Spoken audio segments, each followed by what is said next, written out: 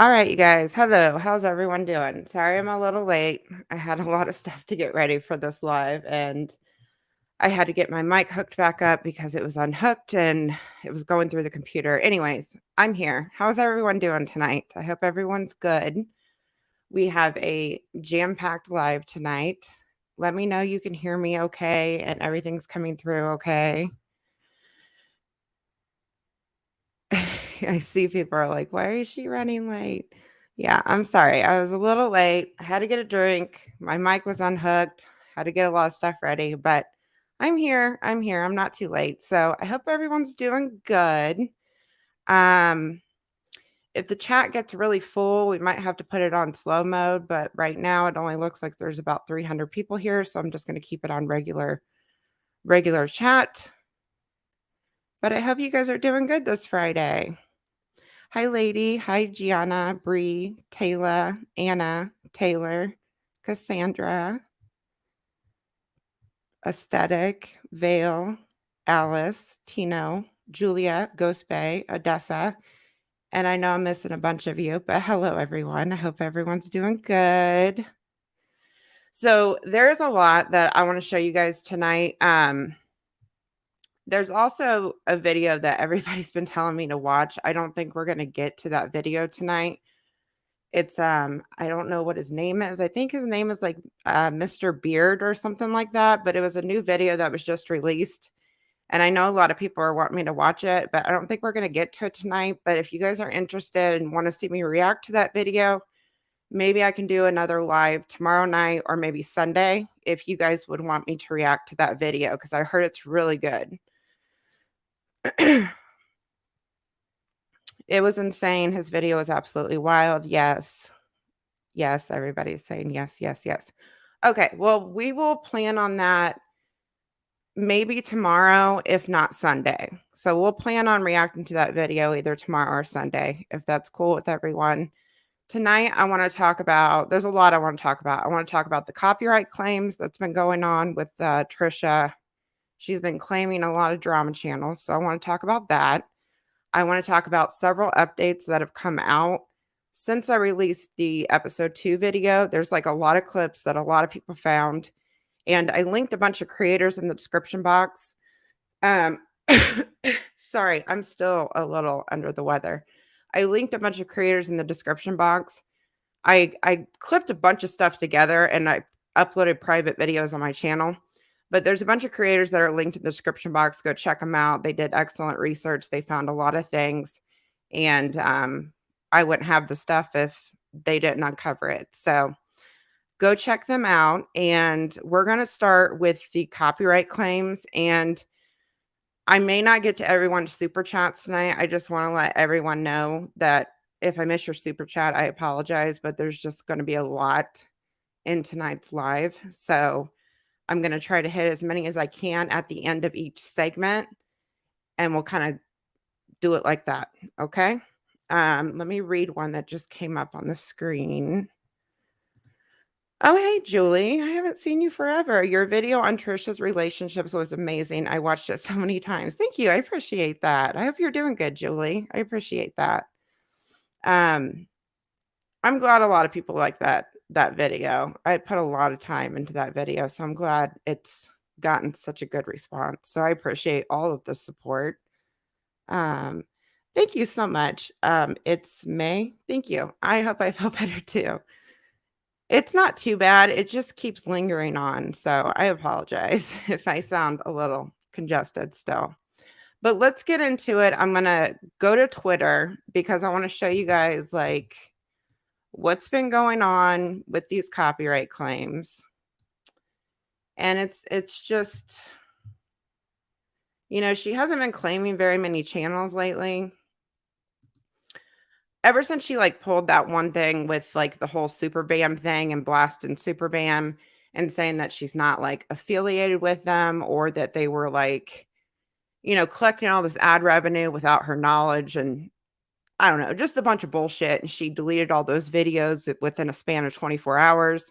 It was around the time where she claimed all my videos, and she was just making a bunch of excuses for a lot of things. So she's been pretty silent with, like, claiming channels, but recently, she's been, like, calling out drama channels a lot. She's been saying, like, all the drama channels are obsessed with her and that she makes drama channels a lot of money. She, like, provides our incomes and stuff like that, just a bunch of stuff.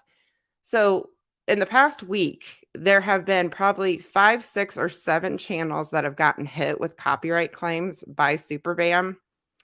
And the first one I saw was T-Spill. Um, and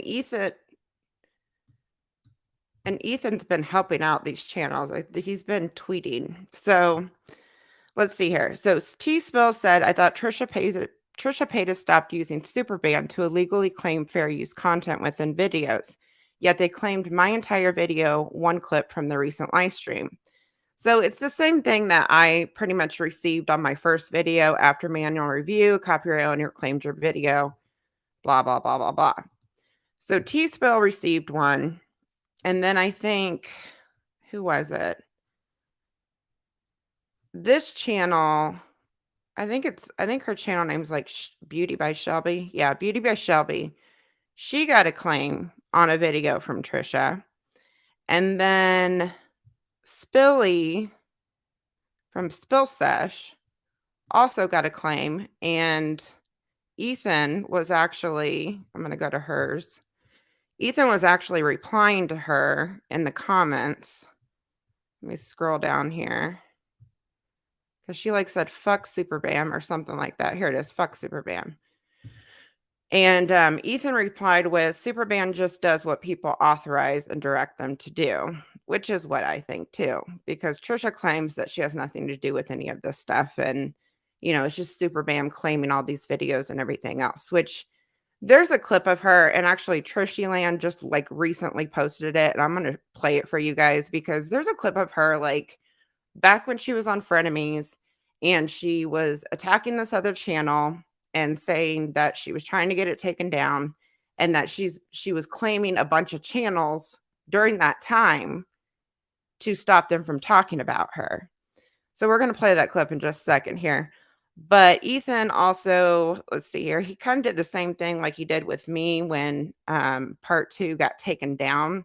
See, I had to deal with the copyright claims and I had to deal with privacy claims, privacy complaints, which ultimately got part 2 taken down. And when you get privacy complaints, it's just an anonymous thing. But the privacy complaints that I got were all related to Trisha, and Trisha even said that she was doing privacy complaints on channels, which was mine. So, and privacy complaints are a little more difficult if you get your video taken down.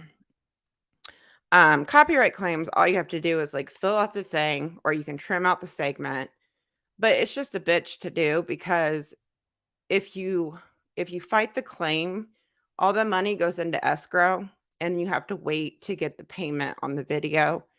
And that's if Superbam actually decides to overturn it or not, because it's ultimately up to them. And I've seen Superbam like reject claims before.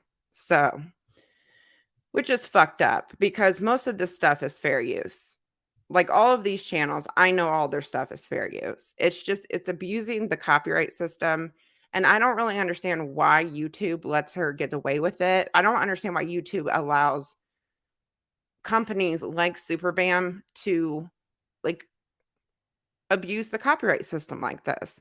I can understand if like somebody uploads a video in its entirety with no commentary, no nothing over it. That is valid.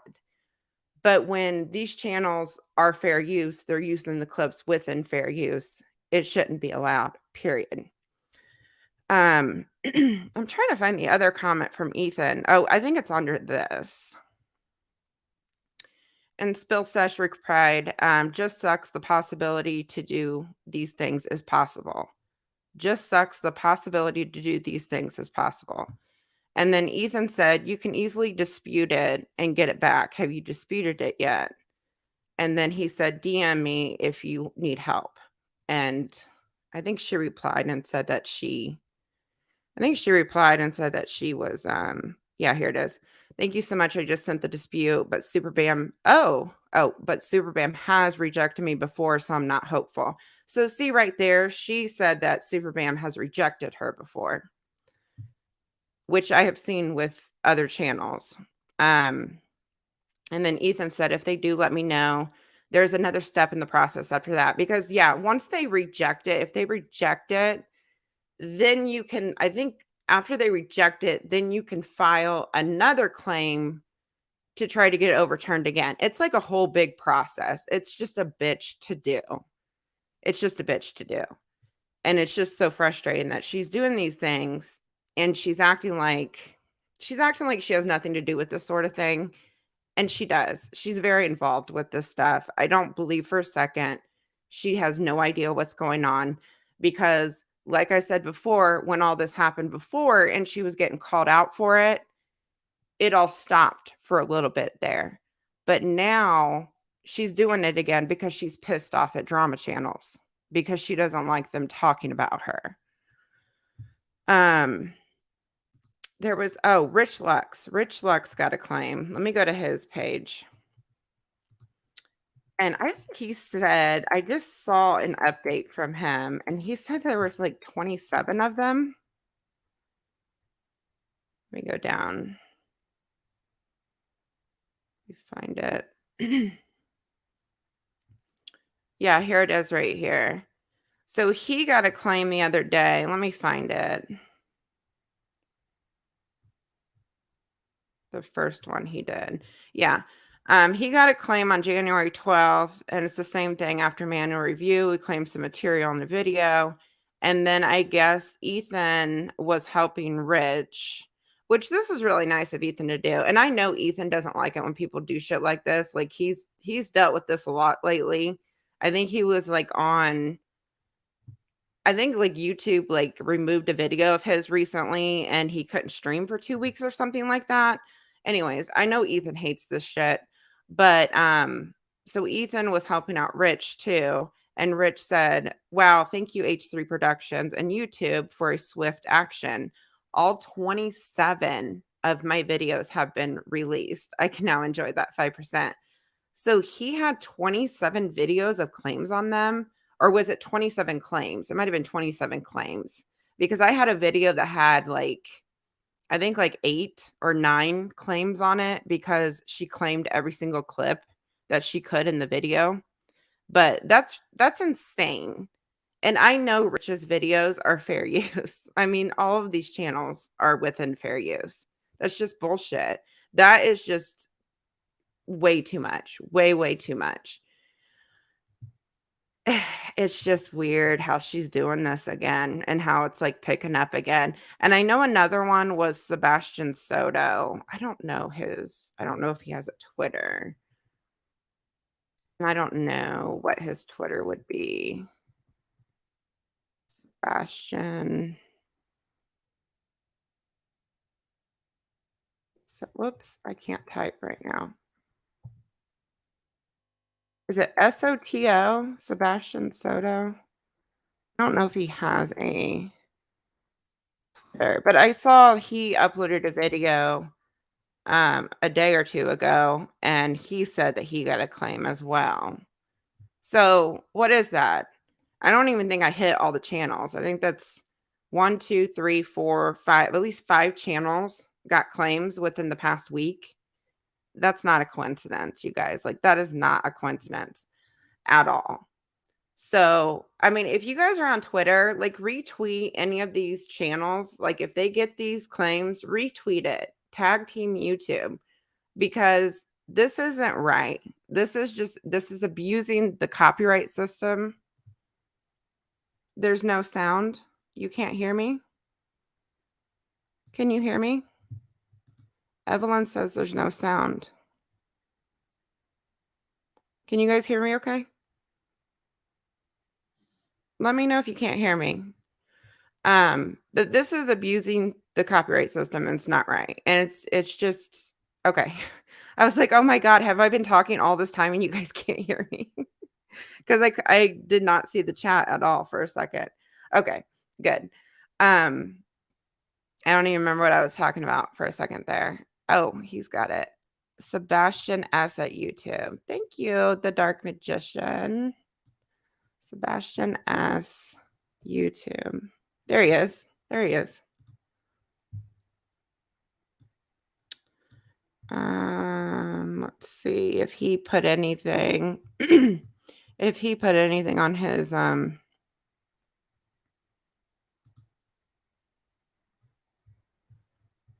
Twitter.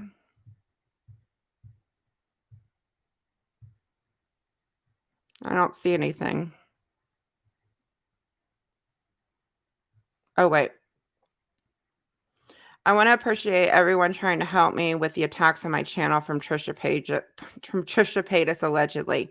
I'm so confused and lost. As a smaller channel, it's frustrating, but also I won't stand by and let injustice win. So, yeah. So his was a content ID. And I think the difference between a manual claim and a content ID claim is a manual claim is somebody's like, actually, they saw your video, they're going into YouTube system and they're manually claiming those clips. Whereas a content ID, I think they automatically put a certain clip into YouTube system. So it just flags it automatically without having to do a manual claim. So let's say when everybody was like posting the videos about that the John Bonet like cosplay that she did, I think they manually put that in YouTube system, so it was automatically flagging a bunch of channels. But it doesn't matter. It's still abusing the system. But if anybody's interested in what the difference is, but the reason I think she knows all about this. I mean, she knows what she's doing with it. She's involved in it. But I want to switch over to this video clip. This was during Frenemies. And she was pissed off at another channel. And she was talking about it on Frenemies. And she admits that she has been striking channels. So I'm going to play this clip for you guys. Or claiming channels. So I'm going to play this clip for you guys. Shitty videos that get 1,000 views and trying to bring up old shit. And I'm like, this is them too. And I was like, and then I saw their little shitty videos that get 1,000 views and trying to bring up old shit. And I'm like, this is Shane being like, remember when Trisha did this? Like she did this. Like there was stuff where they, it's crazy. There was that one guy. There was that one guy. Don't do that. Why gotta take it down? One title. I'll just say it, whatever. Joy Sparkle BS. And I'm gonna take down her video. I'm trying to get her channel. Why? She did 30 videos about me, and then you can't fucking just make shit up. So you can sue her for defamation, but you can't. She has no money. That's the problem. These people are broke, piss ass shit, and are broke, piss ass shit, and all that stuff like that. And it's like, and the way she talks down to people, I mean, that's just, it's just really, and you remember when she was like dragging Jeffree Star for saying something about renting houses? Look how she's talking down to other YouTube creators. These people are broke, pissed ass shit. You're not going to get anything from them. That's just messed up to me. But she's talking about how she's claiming these channels. They get away with it because they have nothing to lose. They have no reputation. And you guys are gross. They're just gross. I just want the channel taken down. But like, I just want the channel taken down. I just want the channel taken down. But like, that's not how the DMCA works. That's for copyright. But surely there's not that much. And see, Ethan's even defending the copyright system here with Trisha because he's right. You're not supposed to do this. Views on it, and people, like 1,000, 2,000. Yeah, I mean, I wouldn't. But she did like 30 videos and it like won't stop. And I was like, okay, but this is Shane, and I know because he feeds people information. Talk said it, whatever. You can't. If what? Well, you said you want to get the channel taken down, so I thought that's what you meant. Because it's like it's straight up harassment, bullying, defamation, the whole channel. Yeah, there totally is bullying and harassment. I've been filing it all around. Okay, I mean, I've been filing it all around. Okay. Right there. I've been filing it all around. That she's involved with Supervam. She's right there with them, claiming these videos, claiming these channels. It just aggravates the hell out of me, man. It really does. There is a video on her channel, and I'm not going to go find the clip, but there's a video on her channel, like way back in the day, where she had a smaller channel taken down because they compiled a bunch of clips of her and uploaded it on their channel. And she had the video taken down off of a smaller channel, and then she re-uploaded the compilation that they put on their channel onto her main channel. And she put in the description box, I'll have to find it, I'll link it in the description if it's still up on her channel, but she put in the description of that video that those were her clips. Nobody else can use her clips except for her. And there was like a big old long thing in it. It was really weird, but it was like probably, I don't know, like 7 years ago. But I distinctly remember seeing that up on her channel, and she did it to another channel. So it's just messed up what she's doing. And it's not right. So that's why if you're on Twitter, tweet at Team YouTube and try to stop this, man. It's like you got to band together to stop things that go on with YouTube. And they may do something, they may not. Who fucking knows? You know what I mean? So that's all I really wanted to say about the whole copyright claim thing. I wanted to talk about it because it was so frustrating when I was getting all those claims. I think I got like 13 claims in a matter of like 2 weeks or something like that. It was absolutely insane. And a video takedown. And it was frustrating because I didn't know what was going to happen. I put all that work into it. I ended up re-editing part 2 and re-uploading it. And YouTube ended up reversing it. And that's why there's 2 part 2s on my channel, because they reversed the privacy claim. So it's just really frustrating, especially if you're a smaller channel. But anyways, let me see if I can find your super chat real quick. Like I said, I may not get to everybody's super chat, so like don't spend the money on the super chats. I'm just going to try to hit as many as I can because there's a lot to cover in this this live stream. It may have disappeared. Here it is, right here.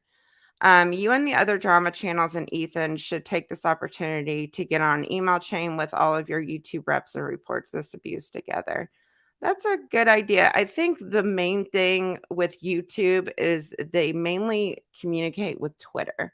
That's what I hate about like anything with YouTube. You have to have a Twitter account and you have to tweet Team YouTube. Unless you're like a real large creator, you can have direct. I think larger creators with like over 1 million subscribers or something like that, they have like YouTube reps that like oversee their channel, or maybe it's 100,000 subscribers. But until you get to that point, your only communication with YouTube is like through Twitter, which is frustrating. But yeah, I agree. Everybody needs to band together with this stuff because it's not right. And thank you so much for the super chat, Hunter and Olive. I appreciate that. Let me see if I can find the other ones. I know there was a couple other that popped up. I think I'm going to put slow mode on because there's 1,600 people in here and we're getting ready to move on to the next thing here in just a second, you guys. I don't think I told you guys all what we're talking about. We're talking about the next thing. There's one update from part 2 I want to show you guys because this channel found it and I was like, what the fuck? And then we're going to talk about Sean. We're going to talk about the car crash at Jason's, and then we're going to talk about some stuff with Moses. It's all related to episode 2, basically. I don't see any other chats, so hopefully I didn't miss anybody else. But if you guys did leave one, I apologize if I missed it. Let me put it on slow mode real quick, and then we'll move on to the next thing. I'm going to put it on 30 seconds. No, I'm going to put it on 45. All right, so this is just like a little update that I want to show you guys. So you remember in episode 2, or not episode 2, part 2. I always get the 2 videos mixed up. Part 2, Trisha, there was a lie that I put in part 2, and Trisha told a lie about her father that he wasn't allowed to hug her since like the age of 7. And because her stepmom said that her father wasn't allowed to hug her because he was filling her boobs. So she hasn't been able to hug her father since like the age of 6 or something like that. Well, this channel, they do really good research because they have another video that I'm going to show tonight from the channel. But this channel found this clip and I was like, what the fuck? She ripped this lie off from her own mom. Let me get this off the screen here. She ripped this lie off from her own mother.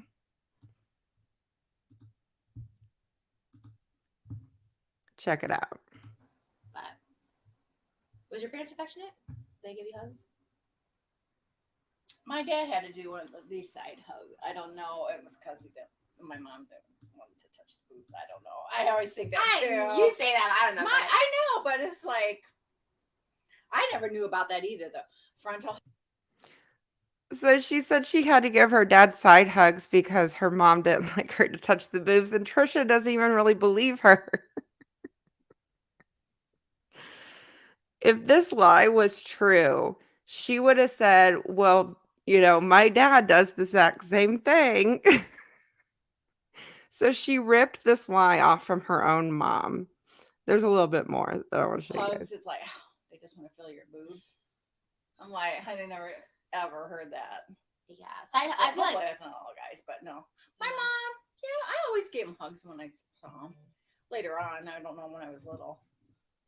I don't know if we had a lot of hugs. Was told by my stepmother from like at age 8 to not hug me because she thought it was inappropriate to feel my boobs. So I've never hugged my father since. Imagine not getting to hug your father because he's worried that other people think that you're like being sexual with your own daughter. My father, a Catholic, going. So yeah, that's the lie. And she got the lie from her mom. That's kind of what I've noticed with Trisha when she lies. The lies are based off of other people's experiences, or they're based off of like TV shows, movies, that sort of thing. So it's just really interesting. It's just funny. And she doesn't remember that she says this stuff online. But that's all I wanted to show you guys. That was just like a little update from part 2. My mouth was to the floor when I watched this the other day. I was like, oh my God. And you know, making up a lie like that about your own father, that makes him look like a really bad person, because why would her stepmom not want her father to hug her? Like, that's just weird. So it made her father look bad too, even though she was trying to direct it more at her stepmom. But anyways, so. All right, moving on. Next, we're going to talk about Sean. Most of you probably know, most of you have probably seen the tweets that he put out. Like, he appreciated the video. He appreciates all the support. Well, there was a few other things that were found by the subreddit Trishyand and a couple other channels. I think Illuminatea. I grabbed these clips from Illuminatea, Trishyand, and I think it was just those two is where I grabbed these clips. But they are all compiled together on my channel because I didn't want to like switch screens a million times because there's a lot of different clips that we're going to go through. There's one really long video about Sean that we're going to watch, but I think it's important to watch it because it kind of gives more context to what Sean went through in that relationship. So we're going to switch over to Sean. Sean just seems like a really great guy. Like, when I researched their relationship, Sean was just constantly like lifting her up. He was building her confidence. He never shamed her for anything. He was always just so positive with her, and she just treated him like dog shit. I mean, she just treated him like shit. And I think he was good for her, but she just took advantage of it. Thank you so much, Karina. It's her own words coming back to haunt her. I agree. So this video was made in March of 2016. So I think they got together in December of 2015. So they were only dating for about 3 months when she uploaded this video. And just listen to everything she says. I'm going to stop it because the video is probably about 8 minutes long. It's sped up, but I'm going to stop it here and there when she says certain things. Storma says, let me read this real quick, you guys. Storma says, just keep it up. I had a person in my life like Trisha, and they literally want to ruin people's lives and never stop. Yeah, it seems like that's all she wants to do. Thank you so much for your super chat. I really appreciate that. All right, you guys, we're going to get started here. What I can talk about, because it has to do with me. A lot of people are like, any explanation of like what happened, or was this totally out of left field? Well, you know, we got drunk Friday. I got more drunk than him. Okay, and they broke up during this time. I think this was around during like the Britney video, like You're Not Britney Spears, bitch, when she uploaded that video. She's talking about a breakup that they had, just for context so that you guys know what she's talking about. And I took a lot of shots at Red Lobster, a lot, for no other reason that I was just happy and in a good mood and I wanted just to be drinking. And so I just got drunk and it just hit me because I didn't really even eat a lot. Because when I drink, it's so funny. I get really hungry. I was really hungry that day, but when I drink, I kind of don't get hungry anymore. It's weird. So I didn't really eat that much. And so I guess maybe the shots, and I actually had like a couple drinks aside from the shots, just kind of hit me. And it actually got worse. I got like drunker as the night went on. Like afterwards, we went to Best Buy to get a Blu-ray DVD player, and then he had to go home because he had to choreograph and rest for the next day. And of course, me being crazy, and this is what the video is mostly about, like my mental problems. You know, I was like not wanting him to leave me.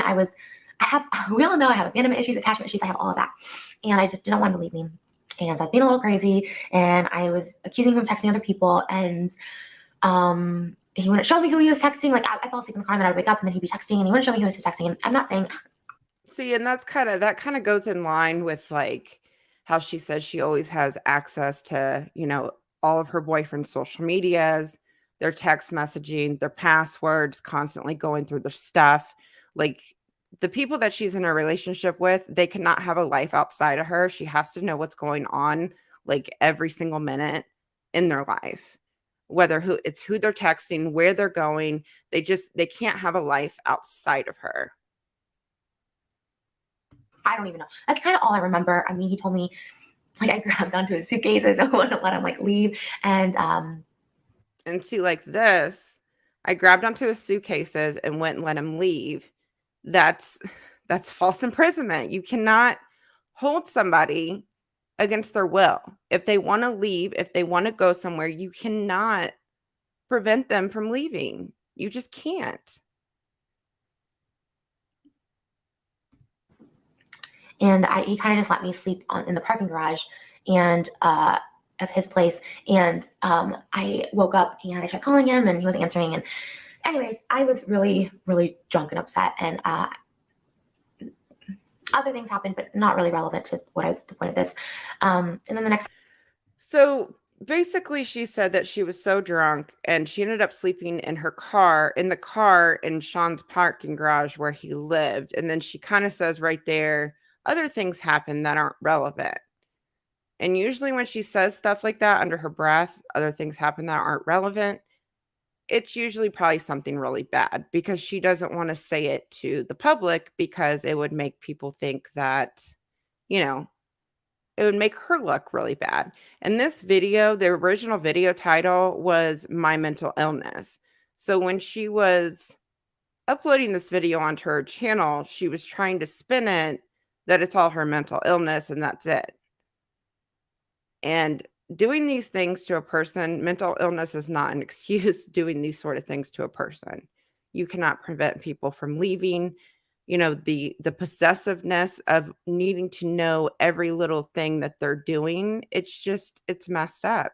And this is how she's kind of manipulated her audience over the years, because she's always dropped those little seeds that she behaves this way because of her mental illness.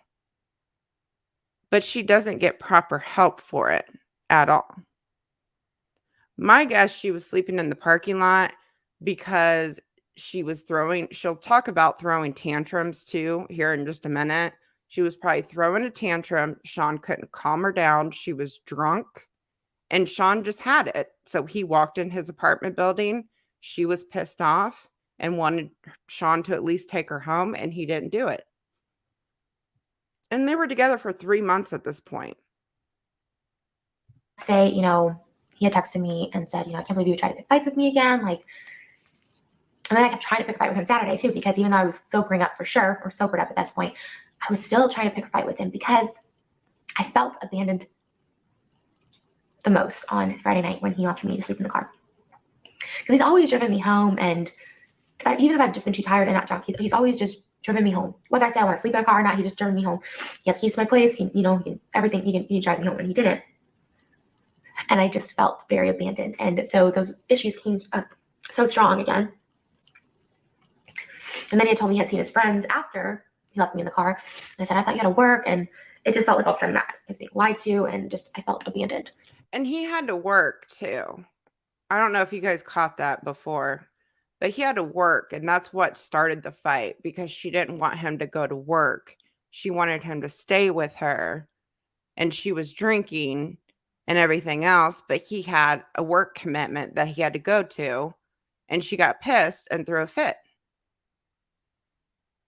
So, in true Trish fashion, I continue to push away, as opposed to normally when I'm drunk, I apologize the next day. I'm like, oh my God, I'm so sorry. And of course, you can only apologize so many times before someone's had enough. And I totally get that. That's why I'm saying a lot of this is my fault. And that's why I'm 100% owning up to it. And that I don't blame Sean for anything other than not giving me a courtesy phone call yesterday just to tell me voice to voice that he doesn't want to see me anymore. I think at the very least of everything we've been through together and everything we've done and the amount of time we spent together, like at the very, very, very least, I think he could owe me that. Because when we went through some shit at the beginning of early last week, nothing as crazy as this, but when we went through a little thing, he asked me to call him, and I don't want to call him, but I did, because you know what? I'm like, I can respect someone enough to like give them a phone call if they need to talk something out. So Saturday, I just, he still was like, I'm going to come see you, because just a lot of things had happened. And he's like, I want to come see you. I'm going to come see you. I'm going to cancel this job. I'm going to come see you. He obviously, I said, no, don't cancel it. And he said, I'm going to come over afterwards. And I kind of was fighting it. I was like, no. And she guilted him so much to the point where he was going to not go to his work commitment. It's what it sounds like from what she's explaining. He was going to get out of the work commitment, and she was throwing fits, and she was getting mad, and she was throwing tantrums, basically. And it's like Sean can't do anything right. No matter what he does, he's going to be wrong when she's in a mood like this. But I still really wanted to see him, and he said he'd be done by 6. And so 6 comes around, 7, 8. I don't hear from him. So 9 o'clock, I just start being relentless again, being crazy, and just saying, you never loved me. I hate you. Being crazy. And I don't know why I do this. I don't know why. I told Sean from the beginning that I am crazy. Our first fight was back in January, right before the Playground music video. And I had gotten upset and jealous over him shopping with someone else for our music video. And I was like, why wouldn't you even ask me? Like, I got really, really mad. And I threw a fit and a tantrum, and I was walking away, walking down the alley, and he followed me, and he chased me, and he's always been really good at being able to like. So he went shopping with someone else for their music video, and she got really angry with him, threw a tantrum to the point where he had to chase her.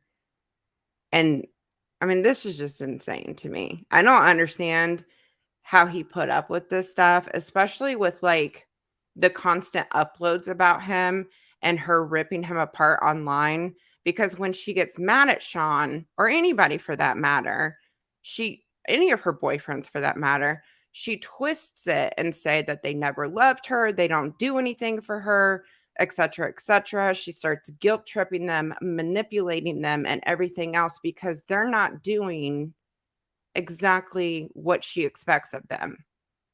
And they can't do anything outside of being with her. It's like Trisha constantly needs a man to make her happy. And she's never going to get better if she can't learn to have if she can't learn for her and her partner to have a separate life outside of each other. You got to have friends. You got to go out with your friends. You can't just be around each other 24/7 all the time, doing what Trisha wants all the time, because that's what the relationships seem like to me. It's all about her interests, what she wants, everything else. It's all about her. and her partners can't do anything on their own at all, it seems like, or she will throw a fit. It's just insane to me, this behavior. And it's all been documented online. And she somehow manipulates her audience into thinking this stuff is okay and feeling sorry for her. She's done it for years. Calm me down and get me out of these moods that I'm in. I get their tantrums. And he's really good at getting me out of those every single time. I throw major tantrums every single time.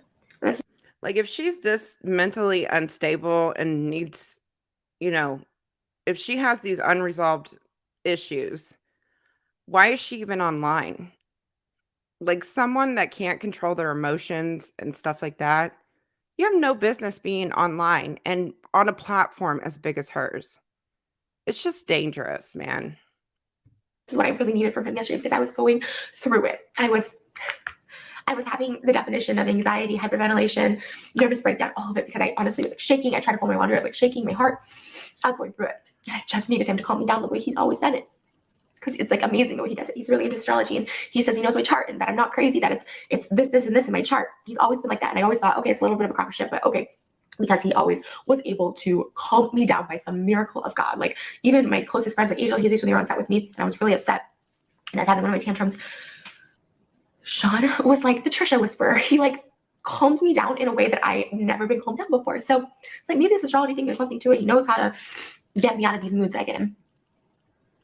But if he doesn't, there's hell to pay. He gets slandered online.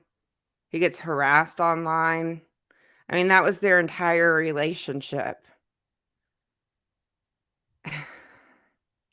It's just amazing how she pulled everything off Sean. I can't get over it. It still blows my mind. So, even yesterday, or Saturday rather, it was up to the point of him saying, I love you, I will be over. And what I don't understand is how you go from Saturday to Sunday saying, I love you, I'll be over, to the text saying, we shouldn't be in contact anymore. I wish you nothing but the best. That's what it said. Like, cold. And I texted and called and texted for hours, didn't hear anything, and I thought, I'm just gonna put out a video because I have no one to talk to about this. Like, it's completely over. I have no one to talk to about a video. And then he texted me and said, I'm not cold, I'm just hurt too. That's not him. That's not who he is at all. I mean, maybe it's how he is now. I don't know. Because he responds to her, I'm not cold, I'm just hurt too. And she's like, that's not how he is. I mean, come on. He can't even express his feelings to her without her getting pissed off. It's crazy to me. Hey, Rich Lux. Is that the real Rich Lux in the house? Trisha needs a therapist, not another wedding. I agree for sure. I mean, honestly, I've been saying this for the longest time. She needs to take like a real legitimate break off of the internet and focus on like therapy, getting better, that sort of thing. Like, she wants everybody to believe she's this changed person, which it's quite obvious she isn't. I think she's like dipping into another religion as we speak. I mean, she's constantly offending so many people, so many religions and everything else. She's not this changed person. She needs to seriously take it seriously, take a break, get help, take accountability when she gets back, and make amends. Start making amends with people. I don't know, and I'm done trying to figure all that out, of how quickly it changed and why. And like I said, my theory is, I'm sure someone told him to just get out, which is fine. I can't blame people for not wanting to be around someone who is so emotionally unstable. I can't blame them. I thought with Sean, again, not blaming him at all, he was this one person that was able to see through me, because when I'm having breakdowns and tantrums, like in the past, not this last one, but in the past with him, and I moved into this place. He was selling my furniture for me at my other place. He was supposed to come over, and he wasn't coming over quick enough, and it was really cold in here because like the air was on. I couldn't find a little thermometer thing because boxes were everywhere, and it was cold, and I was paranoid that he wasn't coming and he was never going to come back, and I was getting in my head again, being crazy. He still came over anyways, and See, that's nuts to me. Oh my gosh. I don't understand how Sean made it a year. I know they braked up, took breaks a lot during that year, but this is 3 months into their relationship. Like, I just don't understand. I just don't understand how he got through this. I mean, it's a lot of emotional manipulation. I understand probably why he stayed in it for the year that he did, because she's really good at manipulation. But the way she treats her partners is just, it's so shitty. Like, so shitty. saved me because I was in a really dark place, and he had to physically hold me down in the bed the whole night because I kept trying to get up to find whatever. And right here, she's talking about suicide. So he had to physically restrain her from getting whatever she's referring to. But we've heard her say, like, her suicide threats were never real. She did it to guilt them. So I can only imagine, like, her, like, grabbing something in the kitchen to hurt herself, to have Sean restrain her and do exactly what she wants. You know, I mean, it's just, wow. That's a lot. That's like a lot stuff. And I didn't know would ever do that for me before.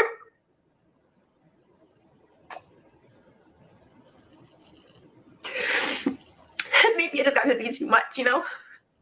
Yeah, definitely. Trigger warning. I should have put a trigger warning on this video, you guys, because we're going to be talking about a lot of abusive behavior. So trigger warning on this video. Sorry about that, you guys, because there's a lot we're going to go through, especially the stuff with Jason and Moses coming up. So just FYI, domestic abuse and emotional manipulation. So, You know, twice a month I would have a breakdown and he'd have to physically restrain me from doing anything. And I guess Saturday, Wednesday is going to come over to try and help me through something, and he didn't. And then I got mad at him for not coming over.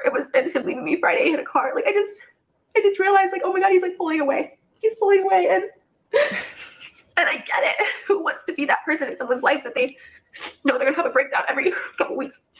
You know, this is a pattern that I've known all too well. I didn't know from the beginning of meeting Sean. I just knew it was going to end like this because I just push people away who want to get close and who want to be there for me. And so, okay, so after she uploaded this video, she did a bunch of tweets, and whoever uploaded this on Trishyland, they found all the tweets, which I'm impressed because I couldn't find hardly any tweets between her and Sean. I'm going to read through them. I'm going to read through them real quick. There's like 7 slides of tweets here. So she posted the breakup video, and she actually titled it "My Mental Illness." So I don't really understand. I think she kind of twisted it so that she could talk about Sean and then make it about her mental illness.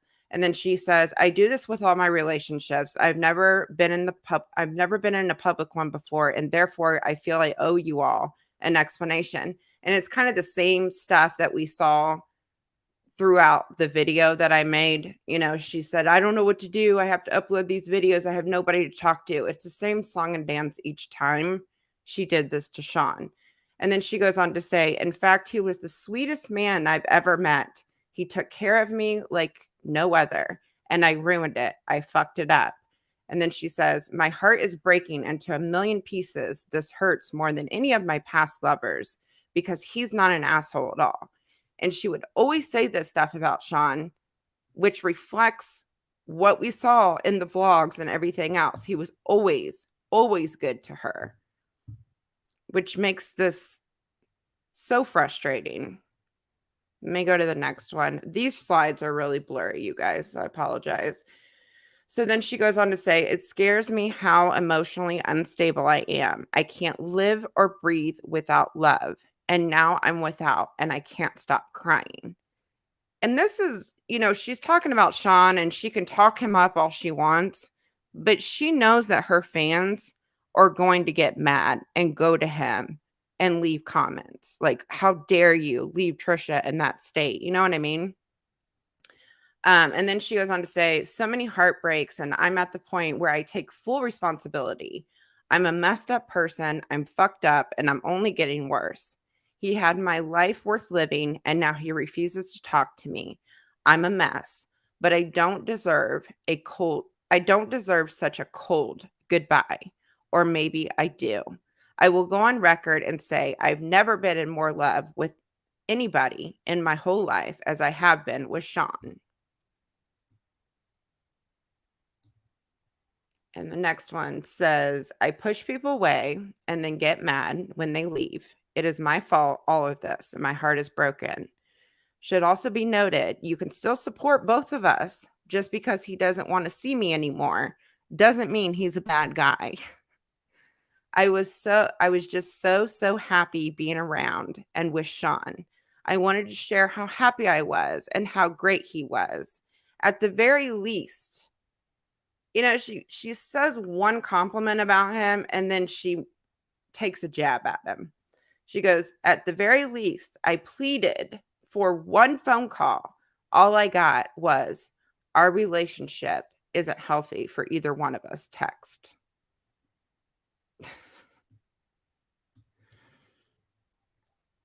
And then she goes on to say, I've called him 19 times since 1 p.m. and he refuses to talk to me. I'm having a full breakdown. And then she posts the screenshots of the calls that she's making to Sean. 19 times. I would be interested to see what time these were posted. But we all know that she blows up her partner's phones when they don't respond to her. And then she goes on to say, can't stop crying or shaking. I didn't deserve Sean. I don't deserve love. I'm a miserable, miserable person. And I'm sure this worries her fan. Like during all of this, when she was acting this way, I'm sure it worried her fans too. Then she goes on to say, but now with my heart in a million pieces, I realize what I felt for him was true love. And I couldn't get out of my own head about it. And she says, the pressures of social media got to me. I was getting paranoid. He was using me, like everyone was saying. And there she goes, dropping in those little seeds that he was using her and shit like that. I told him I didn't care about the video or anything. I just wanted one phone call with him. How is that too much to ask? He was texting me through, telling me to find a new choreographer for the upcoming music video, and that he wishes me nothing but the best. Go to the next one. Don't ignore someone you've spent every single day with for the past 3 months. Like these tweets just keep getting worse and worse towards Sean. I just can't get over how someone could be so heartless. I get if you don't want to be around me anymore, but don't text that. How do you go from saying that he's this great guy to he's heartless? I just really had no one else to talk to. No one. I hope you all understand. I realized the minute I hit publish on that video that he would never talk to me again, considering how the last relationship I had ended that way. Wow. I've gone through so many therapists, psychiatrists, taking all meds they could have prescribed, and nothing helps. I'm a forever tortured soul. Maybe everyone was right. I don't know what to think anymore. Not in my sound mind, I guess.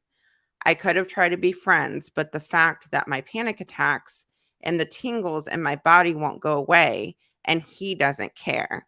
There we go again, blaming Sean. That's the most hurtful thing. And then the next one is the calls. There's like 19 calls to him, which I don't understand why she's posting these screenshots. And then the last tweet says, at the very least, I pleaded for one phone call. All I got, I think I already read that one, but I think that's still up on her Twitter. I think all the other ones are deleted. So Yeah. So she was like nice, and then the tweets just kept getting worse and worse and worse. So I don't know. I just don't know. But I thought I wish I would have found this video for my video that I posted, because this video really does put a lot more context to the relationship, and that, you know, she was restraining Sean from leaving. Like we saw it with Jason, we saw it with Moses, and I'm not surprised that she was doing it with Sean too. And I'm sure there was a lot more going on that we don't even know about, that she hasn't even admitted to be honest. So the next thing I want to show you guys, so that's the end of that video. The next thing I want to show you guys, so Trisha was doing TikToks about like her ex-boyfriends, and listen to what she says about Sean in this TikTok. And this was after the podcast that they did together. So this was like within the last year and a half. Sean went on The Dish with Trisha, and they kind of talked everything out. I put it in the video if you watch the video. And this TikTok was after that podcast. So listen to what she says about Sean. We have our cutie Sean Vanderbilt. So Sean is someone that I started dating and again showing online way too soon. Honestly, I should just keep my relationships private. When we were dating, so many people would try to out him as gay, which I think is so gross anyways. Like, is it? But I can assure you, attest. Did you all hear what she just said? So many people try to out him as gay, which is disgusting. That's exactly what she did to him. The hypocrisy, man. The hypocrisy. It gets worse with this, which she has not stopped dragging Sean since they broke up. And this, when I found this TikTok pisses me off, because considering what she did after, which I'll show you guys in just a second, but keep listening. To you that he does indeed like the V. Over earlier this year, he did come on my podcast and said he was pansexual, like he likes who he likes. I've always known he's been open, so am I, so that's why we fell in love. So she said he does in fact like the V, and he's always been open about who he was. And she's open about her sexuality too. So this next one, hold on. What's the next clip that I put in here? I can't remember. Okay, so that podcast, the podcast they did together was on. That's why we fell in love. It was on April 7th, 2020. This next TikTok was posted on October 7th, 2020. Now, we just heard her say that she knew that Sean was open to whatever, you know, that he was attracted to men and women. He was always open with her about that. I can't play the sound on this TikTok, so I'm going to have to just read the slides to you. But the sound on this is like some Broadway play thing. I'll link the actual TikTok in the description box if you want to hear the sound. But this is what she said about Sean. Me in 2015 asking the guy I'm on a date with if he's gay. I hate that I can't play the sound on these. I hate copyright stuff on YouTube. It sucks. Okay. And then she says, him telling me that he likes girls and girls only. So right there, after they had that whole talk on the podcast and everything else, she is up on her TikTok saying that he told her that he likes only girls and girls only. Even though the podcast, she said that he was always open about it. And the clip that we just watched that was posted a little bit prior to this, that she knew about it, she's now on her TikTok contradicting herself and outing him as and saying that he was never honest with her, which pisses me off. She shouldn't even be talking about his sexuality, period. It just, the Sean story just makes me so mad. And then, and the music in the background is saying he's totally gay. It's like a Broadway musical, and the music's like, he's totally gay, he's totally gay. It's just, this whole TikTok is disgusting. absolutely disgusting. And then it says YouTube comments telling me my boyfriend is gay.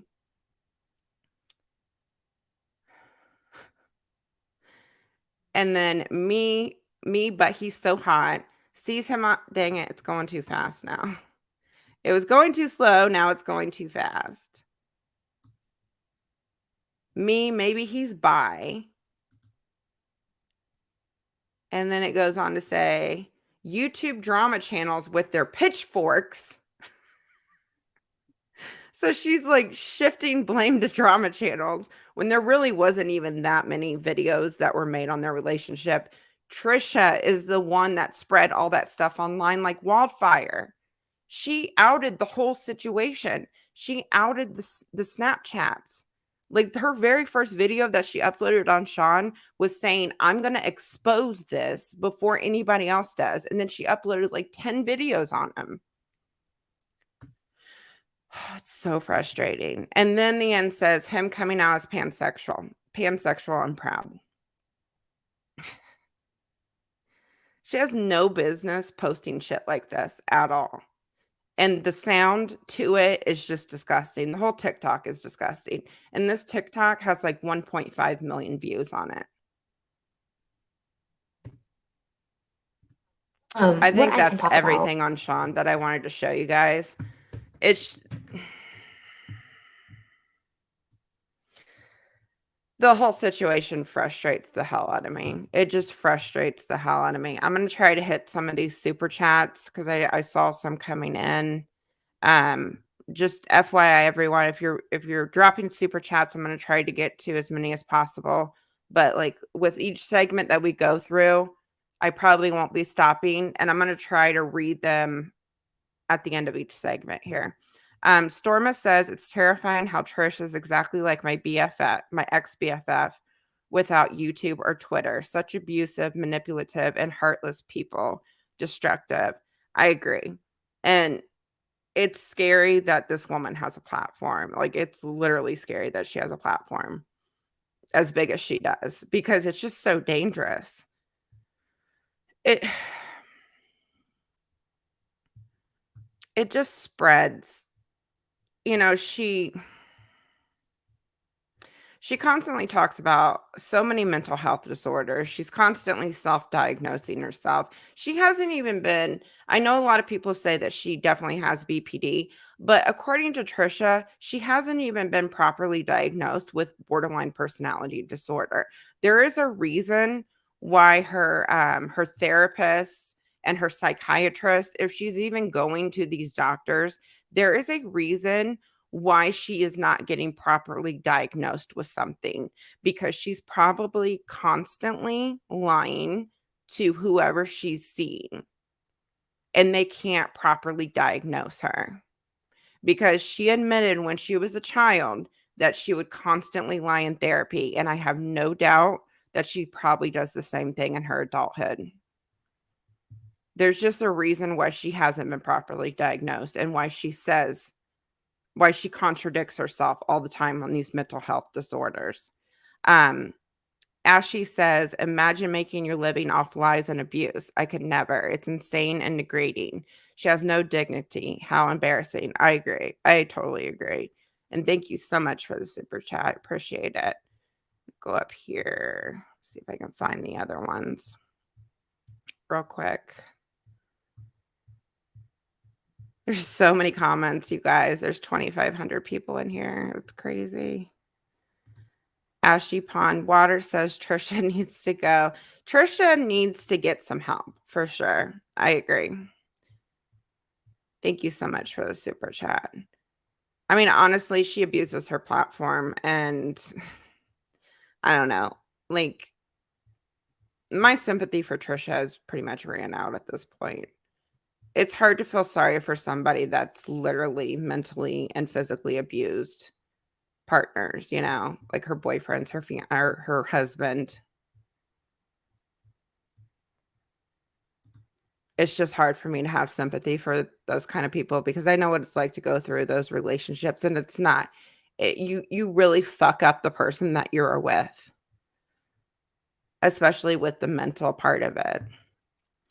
Mental abuse to me is way worse than physical abuse, like in my personal opinion, my personal experience, because it stays with you for a long time. Like I still deal with I still have issues from my relationship and like the emotional manipulation that I went through. I probably won't ever be the person that I was before I was in that relationship. I'll probably always need therapy. I'll probably always have PTSD. It just sucks, you know? And it's just hard to feel sympathy for people like Trisha that constantly, and she's broadcasting it on a platform of millions of people, you know what I mean? Thank you so much, Emily. Love your content. Keep it up. I appreciate that. Emily and Emily, 2 Emilys in a row. Watching the Sean part of your 2-hour episode was really upsetting. Happy to hear you call her out. She deserves it. People need to know that she is an abuser. Thank you so much, Emily. I appreciate that. Yeah, Sean wasn't even like planned to be in that episode. Like I didn't even know about the relationship with Sean. And when I found it, I think I found it like shortly after I uploaded part 2, because it was always going to be a video about just Jason and Moses. But when I looked into his story, I was just like blown away with how much she got away with. And I kind of like started backwards. I watched like the exposing videos that she did on Sean. So when I was like researching everything, I went backwards and I was expecting like Sean to be like this dick in the vlogs and everything. But when I started watching the vlogs of them together where they were getting along, I was like, he's like really sweet to her. He's like really nice to her. And she like lights up around him. I don't understand these videos. Like it blows my mind still. Literally blows my mind.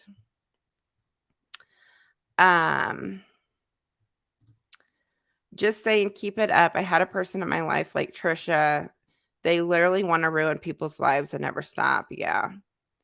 Yeah. And I it's almost like they get off on it or something. I mean, she obviously, when she does it, she enjoys it almost.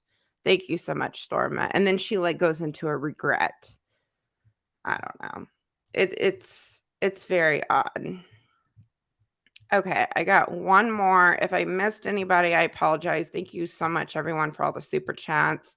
And I'm going to talk to all of you guys at the end of this for like 10, 15 minutes, I promise. There's just a lot of chats coming in. Mods, you probably need a little bit more slow mode on because everything's coming in really quick. Catherine says, what do you think about when people say there's no real way to get her to be held accountable except to ignore her so she loses her platform? I mean, honestly, I think I honestly think a lot of her audience is more like people that don't like to watch her rather than that do like to watch her. And it would really get under Trisha's skin if the people that hate watch her stopped watching her, because she would lose a lot more than she has right now. She likes the attention. She feeds off the attention. I don't think she likes as much negativity as she's getting right now, but like over like her whole career has been fueled off negativity. But she likes that attention. You know what I mean? But I mean, I don't think Trisha's ever going to quit at the internet. You know what I mean? Unless she like is forced to get off her platform. Thank you so much, Catherine. All right. We're going to move on to the car crash. So this is we're going to move on to the car crash, and then we're going to talk about, should I talk about the night they broke up before the car crash to kind of go in an order? We're going to talk about Jason, and then we're going to talk about Moses, because there's a lot of new clips that I didn't even find. I can only do so much research. So like everyone that's been digging up clips and stuff like that, you guys have done like an amazing job. Let me switch screens real quick. Oh, I'm going to put it on 60 seconds, you guys, for slow mode. Because I'm sure the mods are. I can't even. Oh, Van Luke, you're back. I'm glad you're back. This is why I constantly battle with myself about making videos about her. I hope you're doing good. I haven't seen you in a while. Okay, so the slow mode is on 1 minute. And then, all right, we're going to move on to Jason.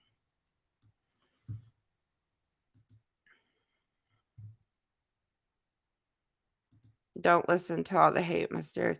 I'm honestly like not even hardly. If there's like a bunch of hate in the comments, I'm not even keeping up with the chat.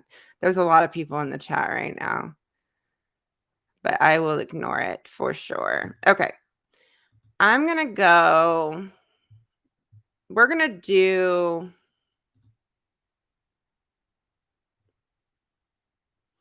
All right, before we go to the car crash, we're going to talk about the night that Jason broke up with her. So this is the night where so this was the breakup after she uploaded the David Dobrik's A Horrible Human Being video. So this is like the final breakup, and then they were kind of like off and on seeing each other before her birthday, okay? So you know that Trisha said that she got 5150, she had a drug overdose, all that stuff, you know? Well, there's other clips that were found that I want to show you guys. Thank you, Van Luke. Girl, I got the coronavirus, but I'm slowly getting better. I hope you're doing well. Glad to catch your live. Oh, I hope you're feeling better. I got it too during Thanksgiving. So I hope you feel better. Speedy recovery. I hate that. So many people are getting COVID right now, and it drives me crazy. My whole work, like a bunch of people at my work, while I'm switching screens, I'll just kind of chat with you guys for a second. Like almost my whole office is out with COVID. I'm not kidding. It's insane.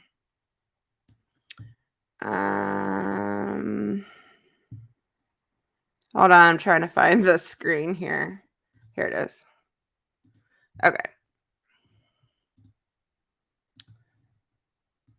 Okay.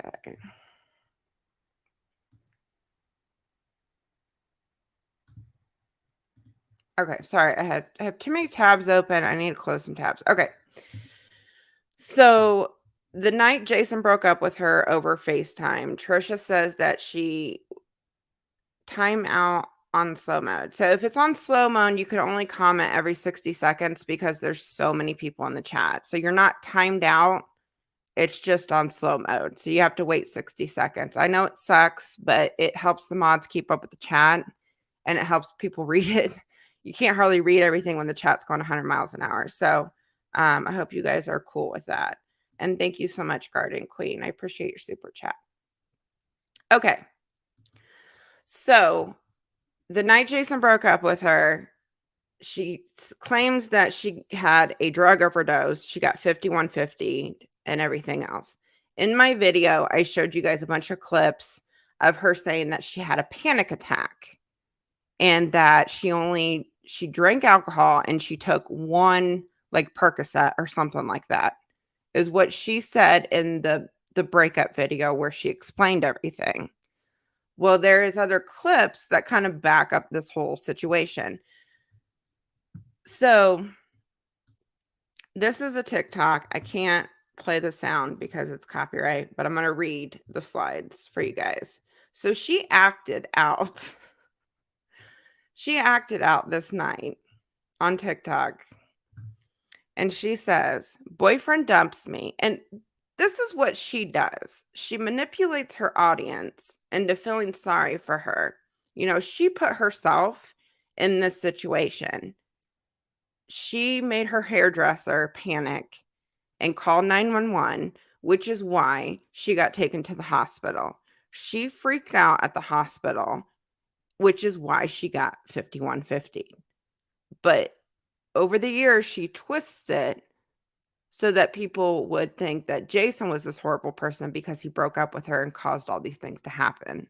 Basically, that's how I interpret when she manipulates, when she says this stuff to the public.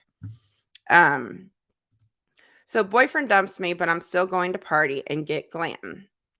She's like acting out this whole thing on TikTok, which is ridiculous. And then it goes on to say, hairstylist hearing this for the 34th time. And you just see her acting it all out. And it's like too like a Disney musical, this song is. And that's like her hairdresser freaking out. I hate that I can't play the music to the stuff. And that's her freaking out. And then the paramedics telling me if I don't breathe, I will pass out, which is in line with her saying that the paramedics told her she had a panic attack. She was having a panic attack when they arrived. I don't even think she told them about the pills, the hospital. And the next clips that we're going to watch will show that too. But she acted this whole thing out. She put the picture.